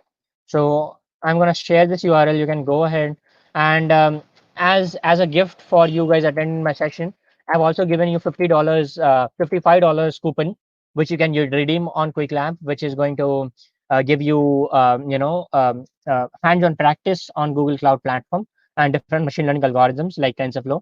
So you can redeem that. It is available till 17th July. You can follow this process and redeem it. I'm going to put this URL in the StreamYard live comments so that you are able to see it. So just give me a second so that I can put that up. Yeah, so yeah, just give me a second so that I can put that URL in the chat. Okay, so that you guys can follow me with the hands-on session. Okay. You can join the group. It is not mandatory to join my Telegram group, obviously, because that is not like a much requirement. You can still go to the group, take the resources, and do an exit. That is fine as well. So this is the resources. This is the link. I'm sharing the link. Try to kind of. Oops. I guess I'm not able to share the link from other chat. Maybe that is because of some problem. I'm going to give that to the sir maybe, and let's see if you can. Sir, Just give you me can a share second. it in a private chat so that I can post it on YouTube. Yes, sir. Just give me a second. I'm sharing on the WhatsApp chat because my WhatsApp is closed. So that's why I need to open it. Just give Okay, me a no second. problem. Sir. We'll wait, sir. No problem. No, because I posted in the YouTube and it I guess deleted automatically. So that's why. Okay, so sir, I have posted it in the group itself, our group. This is the URL where we can get the uh, resources directly.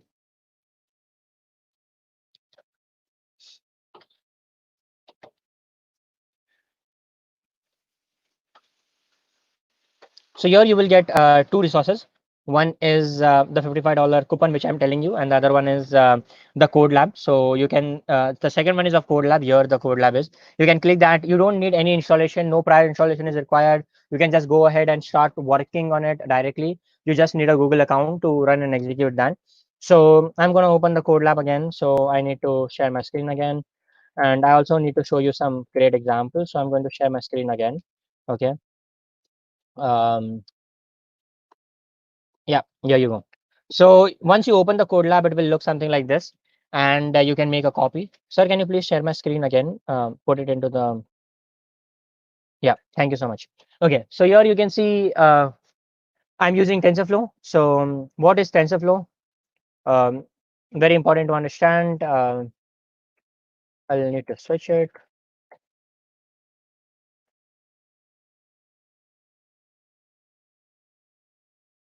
Okay, so TensorFlow is a machine learning library which enables us, developed by Google and is open source, which enables us to use machine learning models very easily and effectively. So you can, make an end-to-end pipeline and work on machine learning problems directly using TensorFlow. So we are using TensorFlow here.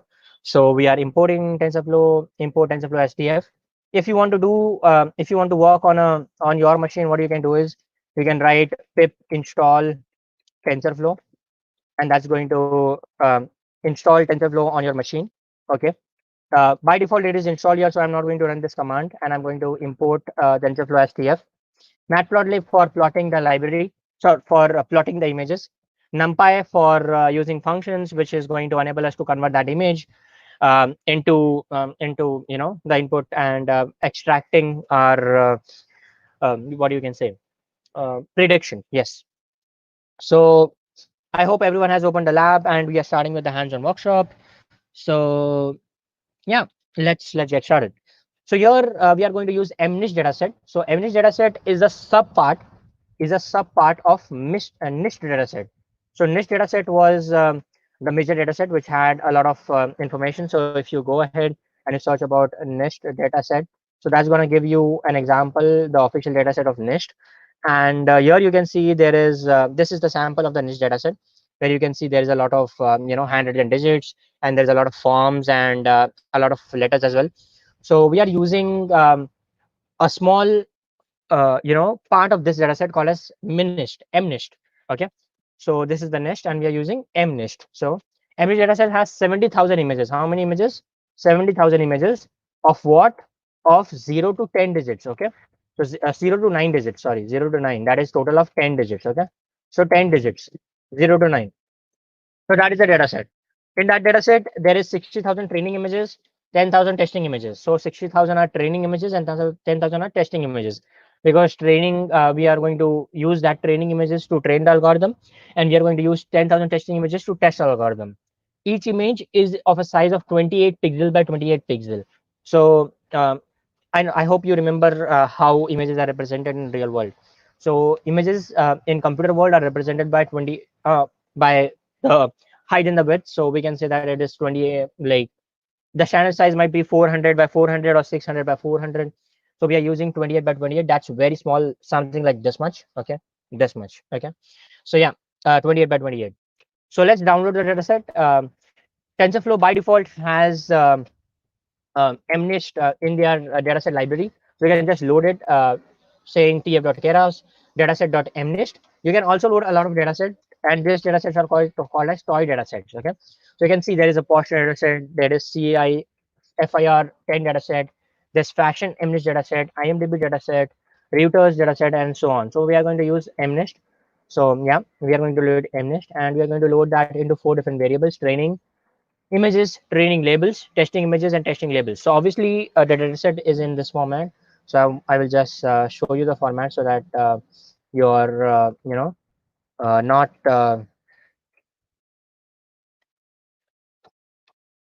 oops. Just give me a second so that I can open a Jamboard and show you the visualization of how that would look like. Yeah.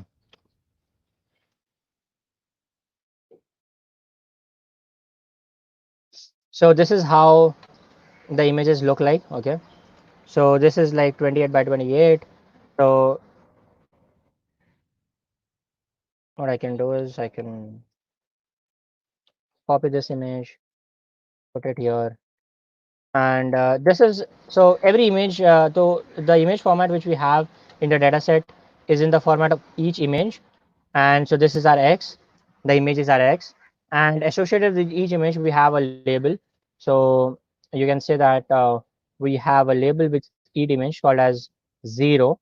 So every image has a label.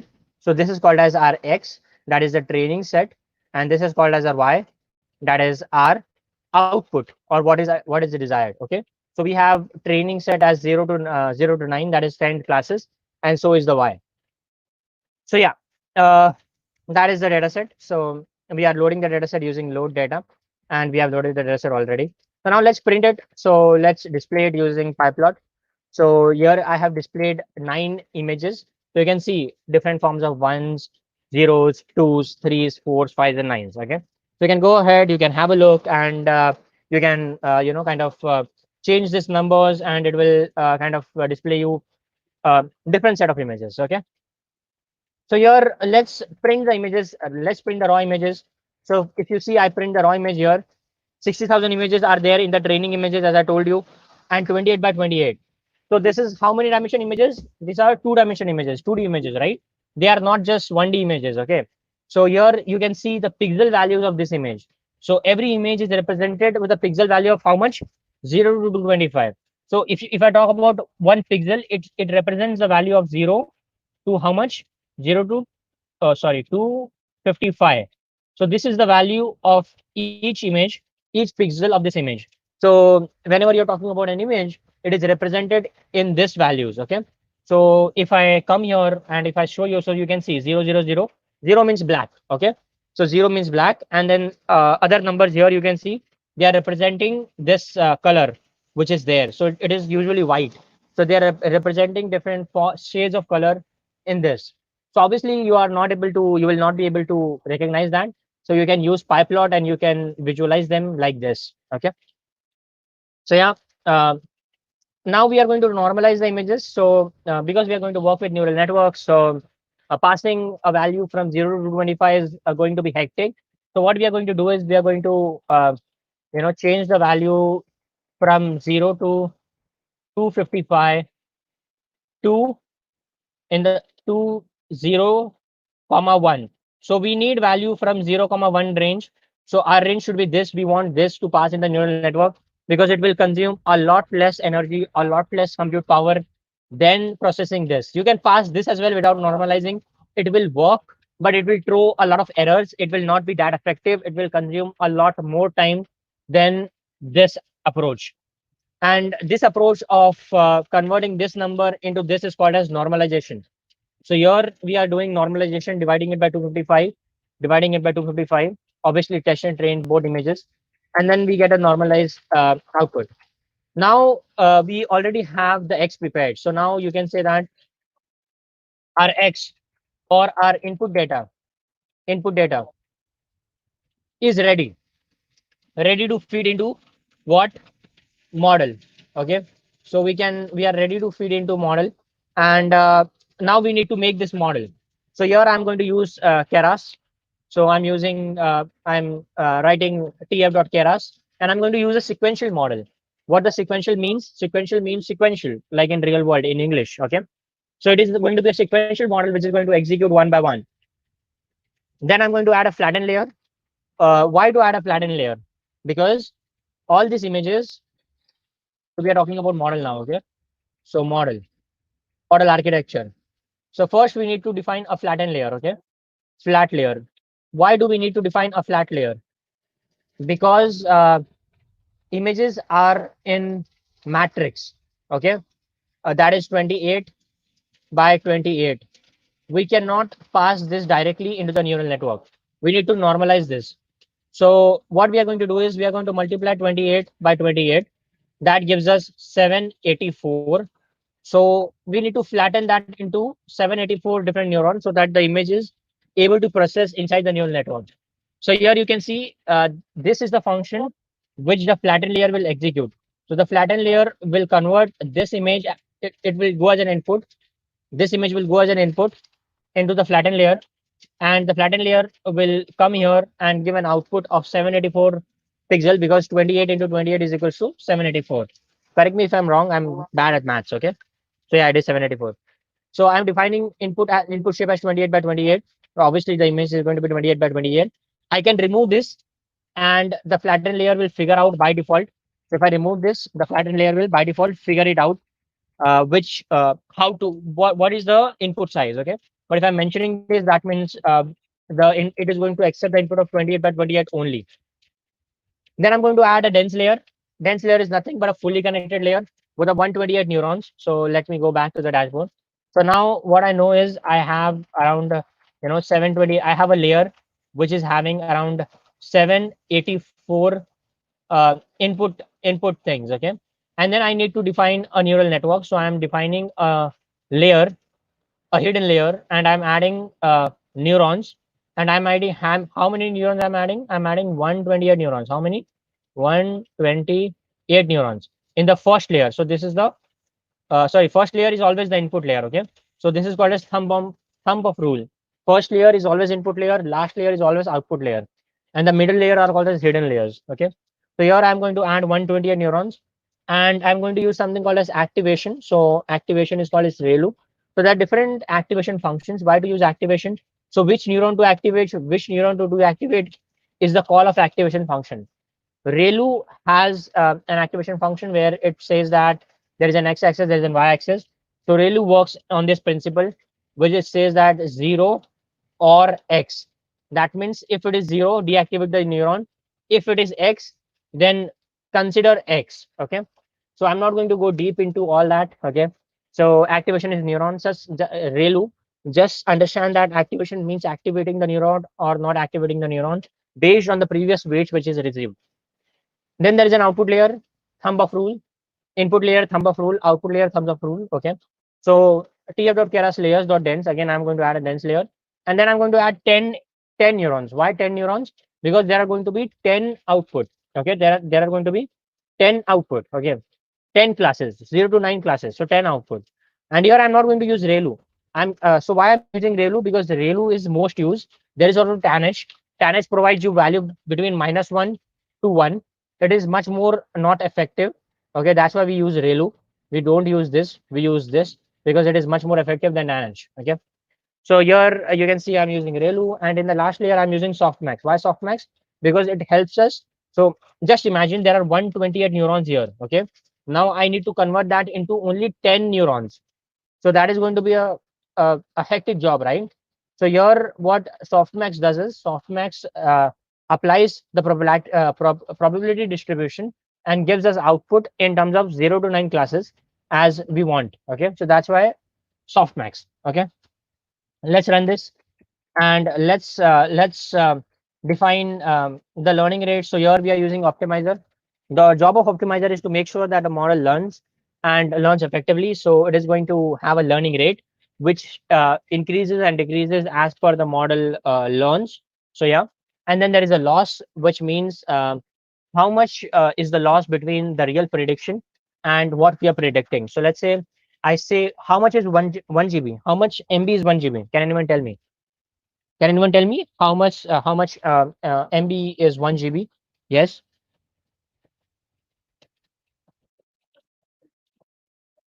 Yeah, 128. So RK Mania sir has told that why 128 numbers of input. So it is not necessary. I can change that to 256. Not at all necessary. I can make it 512, but it should be in the segment of multiply of 16, 16, 32, 64, 128, 256, 5112. Now, why to use this number? Why to use this number is because scientists tell us, okay, it works for them. So there is no specific number. You can also mention 10 neurons here, but that will be very ineffective. It won't learn anything.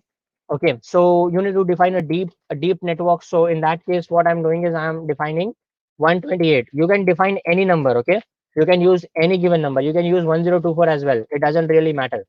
Okay, so what it will do is it will take more time to train the machine deep learning model. Okay, so make sure that you use any value.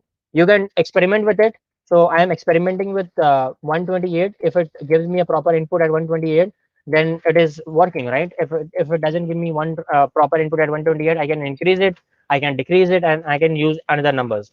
Okay, so that's why 128. So 1 GB is equals to 1024 MB, right? But what if I say it is 1000 MB? Will I be wrong here? What if I say that 1 GB is equals to 1000 MB? Yes, will I be wrong?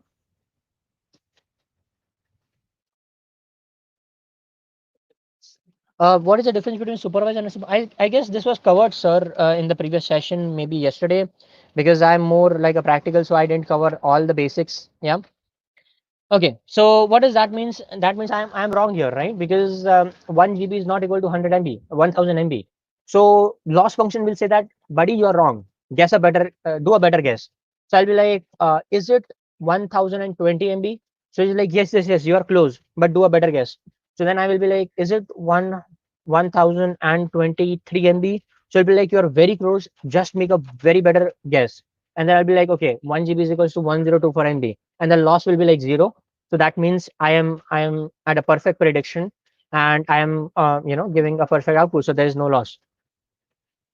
So yeah, uh, that's about the loss function. Okay, so why we are using sparse categorical loss? Because we have multi-class. So I will hashtag it, because we have multi-class classification.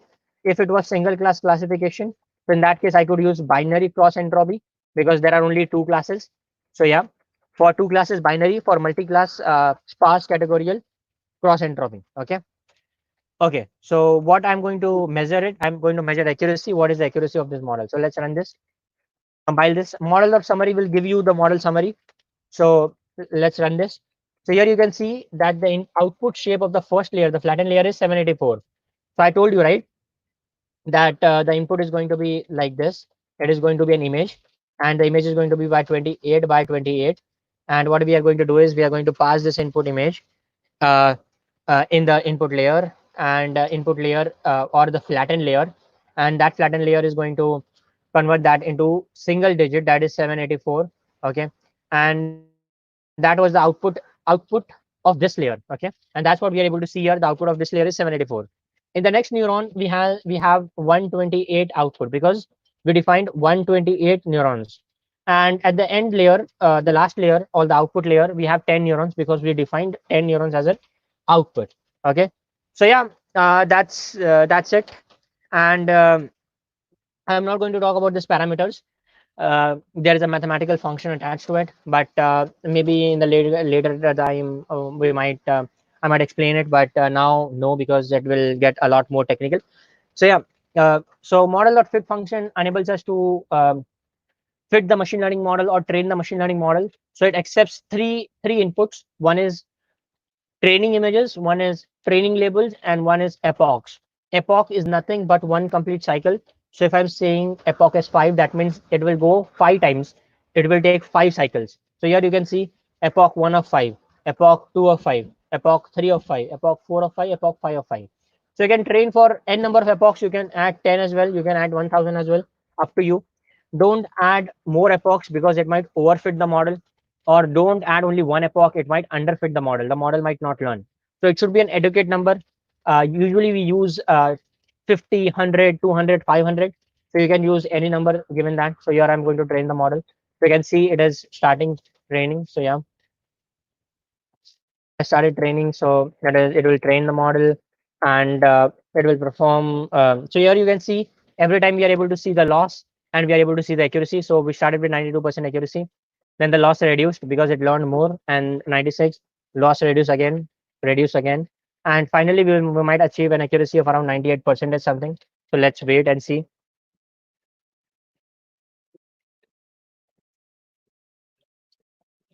So yeah, last epoch, and you can see we have an accuracy of 99 percentage, and the loss is around 0.01, which is negligible. So let's test it. So let's run this and test it. So I'm using model.predict to test it on top of the images. Okay. Here you can see what I'm receiving here as an output. What is this? Anyone from the CS background can tell me what is this? Model.evaluate is for evaluating the accuracy of the model. So here you can see the evaluating on a test. We are evaluating on the test images, and the accuracy is around 0.97 percentage. So this was the training accuracy, and this was the testing accuracy. Testing accuracy is usually less than the training accuracy. Okay. So what is this? Can anyone tell me? This is array, right? So it is not returning you the class; it is returning you the array. So now we need to use NumPy to extract the highest probability, and that's what we are doing here. We are extracting NumPy. We are using argmax and extracting the highest probability, and we are displaying the images as 7. Okay. So here you can see the output as 7 and the prediction as 7. So yeah, that's about it. That's the example which we were trying to cover. Okay. Um, Major concepts about activation function, I have written it here. If you want to read it, you can read it. We don't have much time to explain you everything, but here I have definitely mentioned about ReLU, like max 0 to Z. I have used X, that is fine.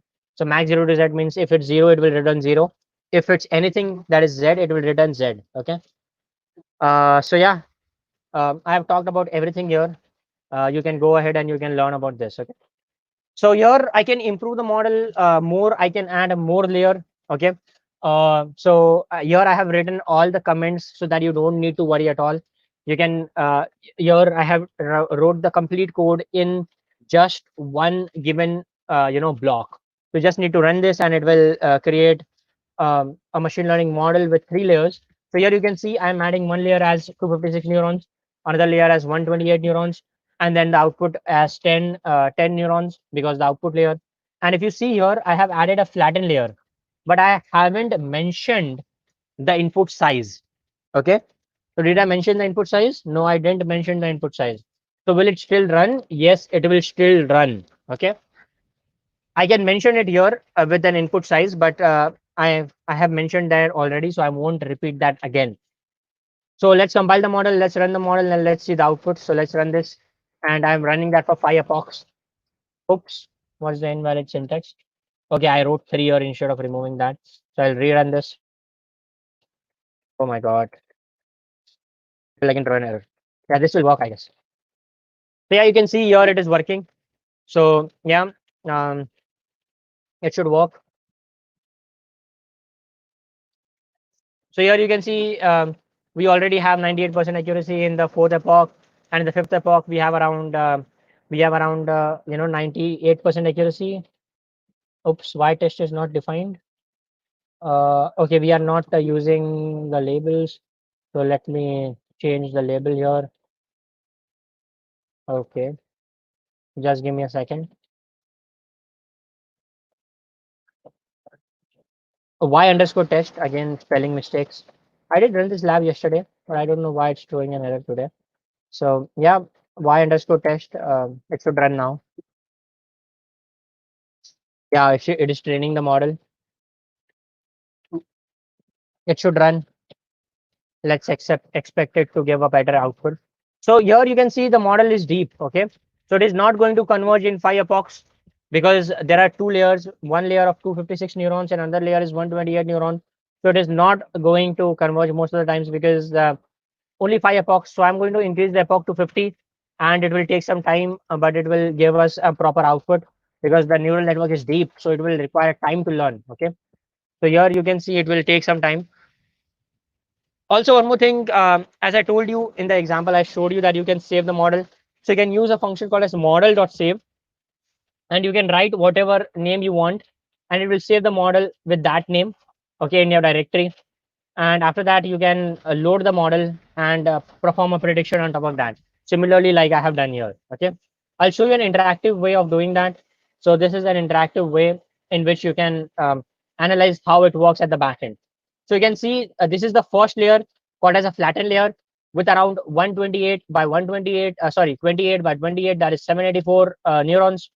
Then comes my first layer, a hidden layer with 128 neurons, and then comes another layer which is my last layer, which is the output layer, which is of 10 neurons. Okay, so let me write something here and let me see how it really happens. Okay, so I will arrange this properly so that you are able to see all the output and input.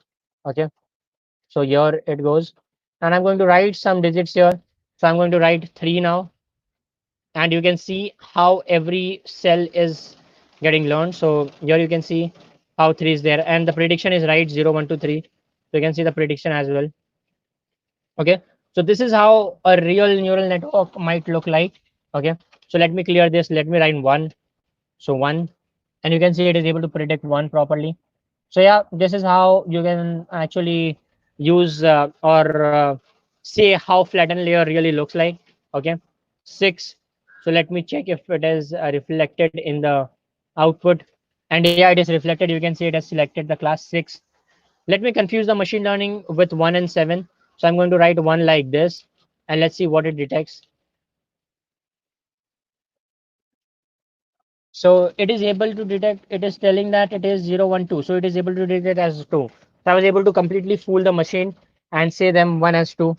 So yeah, this is I guess how it can how you can use it. Um, visualization works. So yeah, that's about the visualization part. So I hope you are able to understand the code, even though not. So here we are on 43 epochs, and you can see we already have hit 99% accuracy.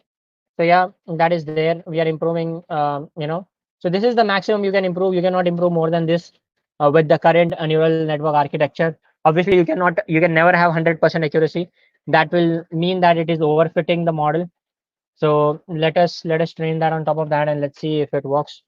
So um, yeah, so here you can see on the testing set, we have an accuracy of 97%. Let's save the model. So we are saving the model in mnish.model. And here, if you go back to the files, and here, if you see in the files, you can see mnish.model. And you can see this file got a saved model.pb file. So this is the file which is responsible for doing machine learning on other devices. So you need to share that file with your developer. So here we are going to reload that model, do the prediction, and print it here. Yeah, this is how it works. Switching back to the presentation, sure, I'm resharing my screen. Can you please change it?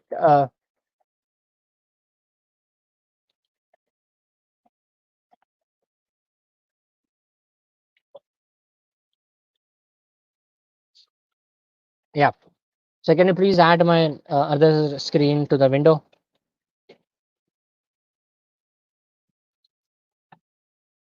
Okay, thank you so much, sir. Okay, so that's what we learned, that what is machine learning? Study of algorithm which learns from examples and experience. Okay, and that's what we learned currently with the number of epochs, with the human example. Okay, so people say that machine learning is just if else statement. So if you encounter anyone saying that machine learning is if else statement, you are free to hit him in the head and tell him that machine learning is not if else statement. Machine learning is automation of automation. So if else statement is automation. What is if else statement? It is automation, right? If the size is 10, put it in a category. If size is if else, put it in other category, right? That is if else. But what is machine learning? Machine learning is automation of automation. What is automation of automation? Automation of if else. So how to make that if else? How do you know? So that is what machine learning does. So machine learning is automation of automation. Please don't really hit anyone, okay? I will get in trouble. But yeah, tell them politely that machine learning is not if else statement. Machine learning is automation of automation. Okay. So I hope everyone was able to understand. This is what we did really. So this is another example. I will just walk it through. Okay. So yeah, here you can see the training set, the testing set, and how we divide each other. And this is how you can write the program in just 6 lines of code very easily. Uh, so always remember the dataset which we worked on currently is called as MNIST, and that is a toy dataset. What does toy dataset means? Toy dataset means it's already pre-processed. Okay, it is already pre-processed. You don't need to pre-process it. It is already done. It is already, you know, it is just you need to use that and put that into the model architecture. But in real world, that doesn't happen. So in real world, you need to use more complex features such as convolution neural networks. You need to use more complex algorithms. So yeah, that is the scenario in the real world. Okay. So how important, some important concepts, how does this work in real world? I have already showed you. How much training data do you need? If you're working with convolutional neural networks, you need a lot of training data, a lot of training data. So deep learning is hungry of training data. Okay, it is very, very hungry. It requires a lot of training data. How is the tree created or the if else loop created? It is called as the automation of automation, where the feature dynamically gets created and put into the system. What makes a good feature? Anything which is more prominent in the training set makes a good feature. So what is TensorFlow? TensorFlow is an open source machine learning library which we just used. If you didn't understand, so I will talk about what is tensor. What is a tensor? A tensor is a multi-dimensional array. So what is a multi-dimensional array? A single number, 6, can be called as a scalar number. Group of numbers, 6, 7, 8, 6, 8, 9 is called as a vector. A group of number, vector. A group of vector is called as matrix. 6, 7, 8, comma. 5, 7, 9, 5, 7, 9 or 5, 6, 7 or 2, 3, 4, matrix. Then comes table. What is table? Matrix of matrix is table. Then what is tensor? Table of table is tensor. So here you can say that we are running out of words, and that's why we call it as a tensor. So what is a tensor? Tensor is an n-dimensional array. It is a big, it is an n-dimensional array. So remember that. Okay. So this image can help you understand it. Okay. What is a tensor? So I hope this makes very clear. Okay. Scalar, very small. Vector, a bunch of scalar units. Matrix, a bunch of vector units. Tensor, a bunch of matrix units. Okay. So yeah. So I have already showed you. So this is how a real world image might look like. It will not be in black and white. It might be in color image. So it will have 3 channels RGB. Typically we have in black and white only one channel, that is only one channel, but here we will have 3 channels RGB. So here you can say that when you pass this into the convolution neural networks, you will get feature maps like this, which you are seeing here. And this feature maps, then you will pass in the neural network and you will achieve a pretty good accuracy. So yeah, are humans smarter? Absolutely, yes. We are very, very, very much smarter. Okay, and we can any given time, outpass machine. What you just need to do is you need to shut down the electricity. Everything will be taken care of. Okay, so don't worry. No one is taking over your world. In fact, data scientists are already in a format where they are on the verge of losing their own jobs, because if you are making an AutoML system which doesn't require any programming language, you can actually make that system. So I will demonstrate a small example there. What you can do is you can go to youtube.com, and you can check out this video, which is Ali Mustafa.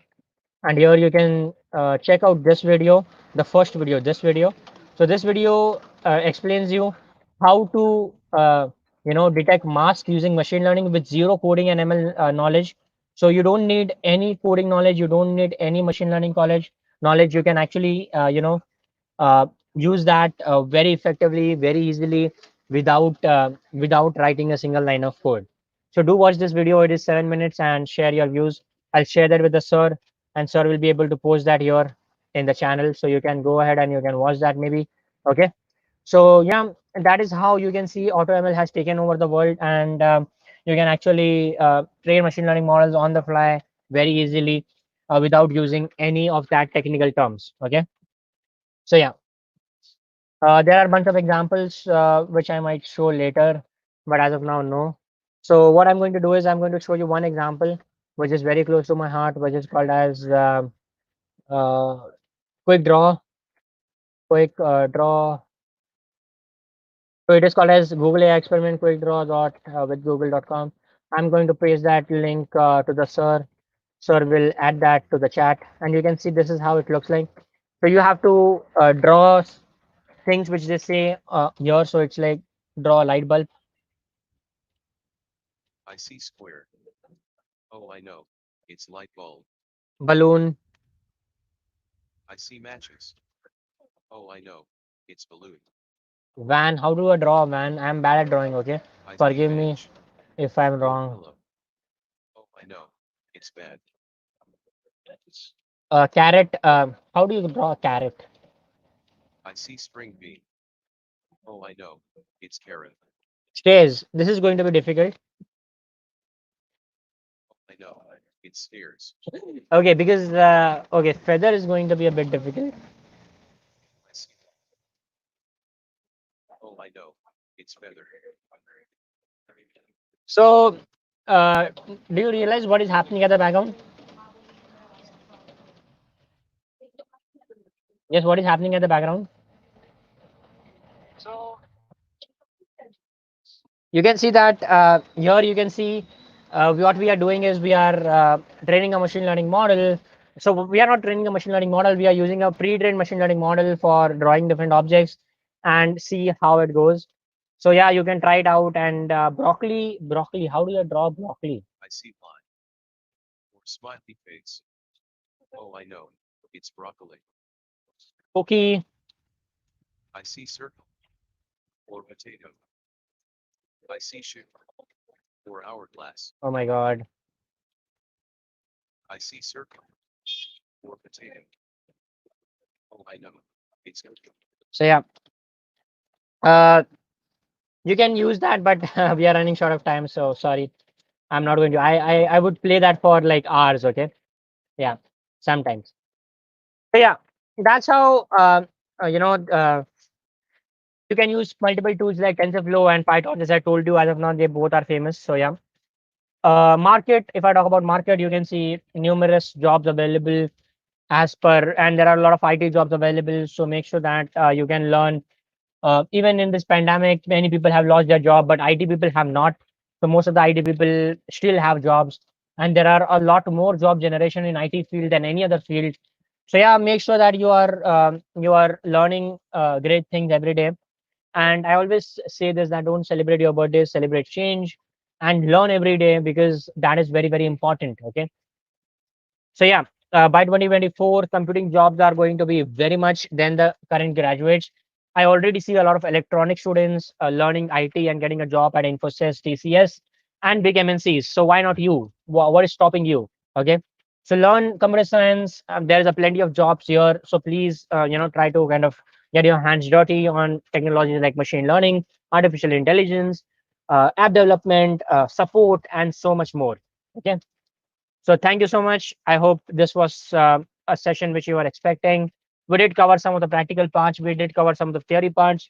I didn't go much into the branches of machine learning, talking about reinforcement learning or other factors.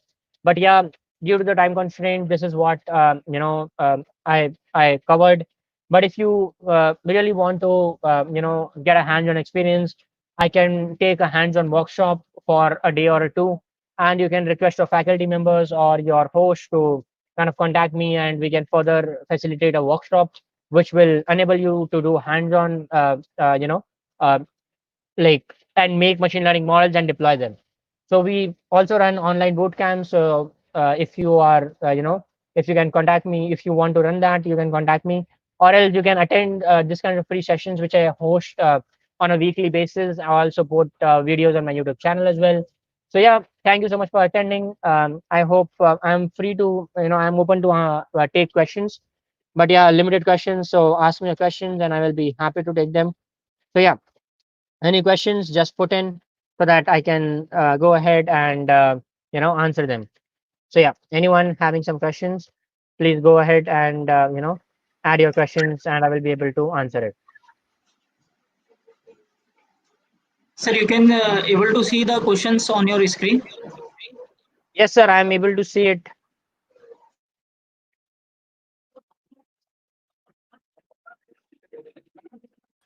Yeah, it's Just a raining minute. in Mumbai. Yes, just a minute, sir. I'm just having a look. Uh,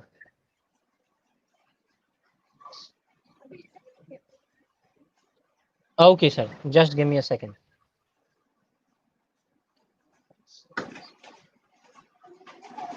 Okay.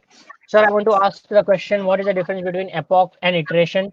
Number of epoch increases, accuracy increases, loss decreases, but the model will overfit, avoid overfit. Can we do? Oh, yes. Most of the times when you are working with, when you are specifying a lot of loss, that will increase the chances of model being overfitted. And that is quite possible that your model will overfit. So yeah, it doesn't mean that if you increase epoch that is going to give you more accuracy. That is not the case in most of the examples. So make sure that you don't just keep increasing the epoch. Okay, that is not useful at all. It will in fact overfit the model. So how do you avoid overfitting? You can use dropout. So there is a concept of dropout where you can drop out some neurons randomly so that it avoids overfitting. Overfitting means that your model is memorizing it. Okay. So if you are memorizing it, it is not useful in real world. So that is what's going to happen.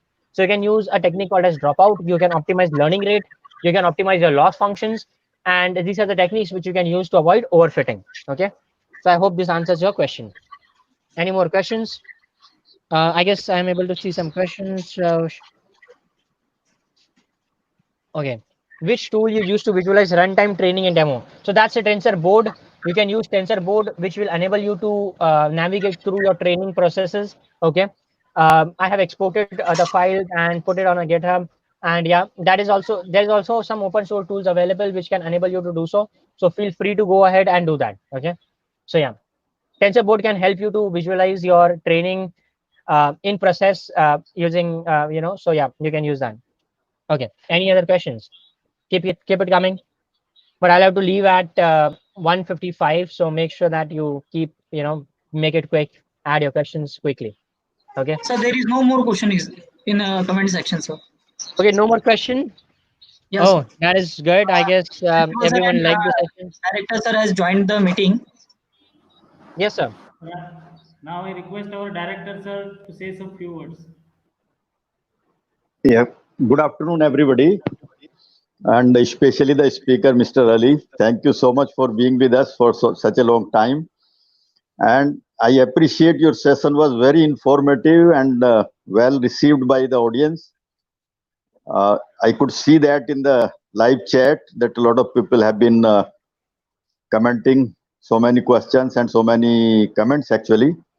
So I feel it is well received by the audience, and your experience has really helped our student and teachers equally to enhance their knowledge.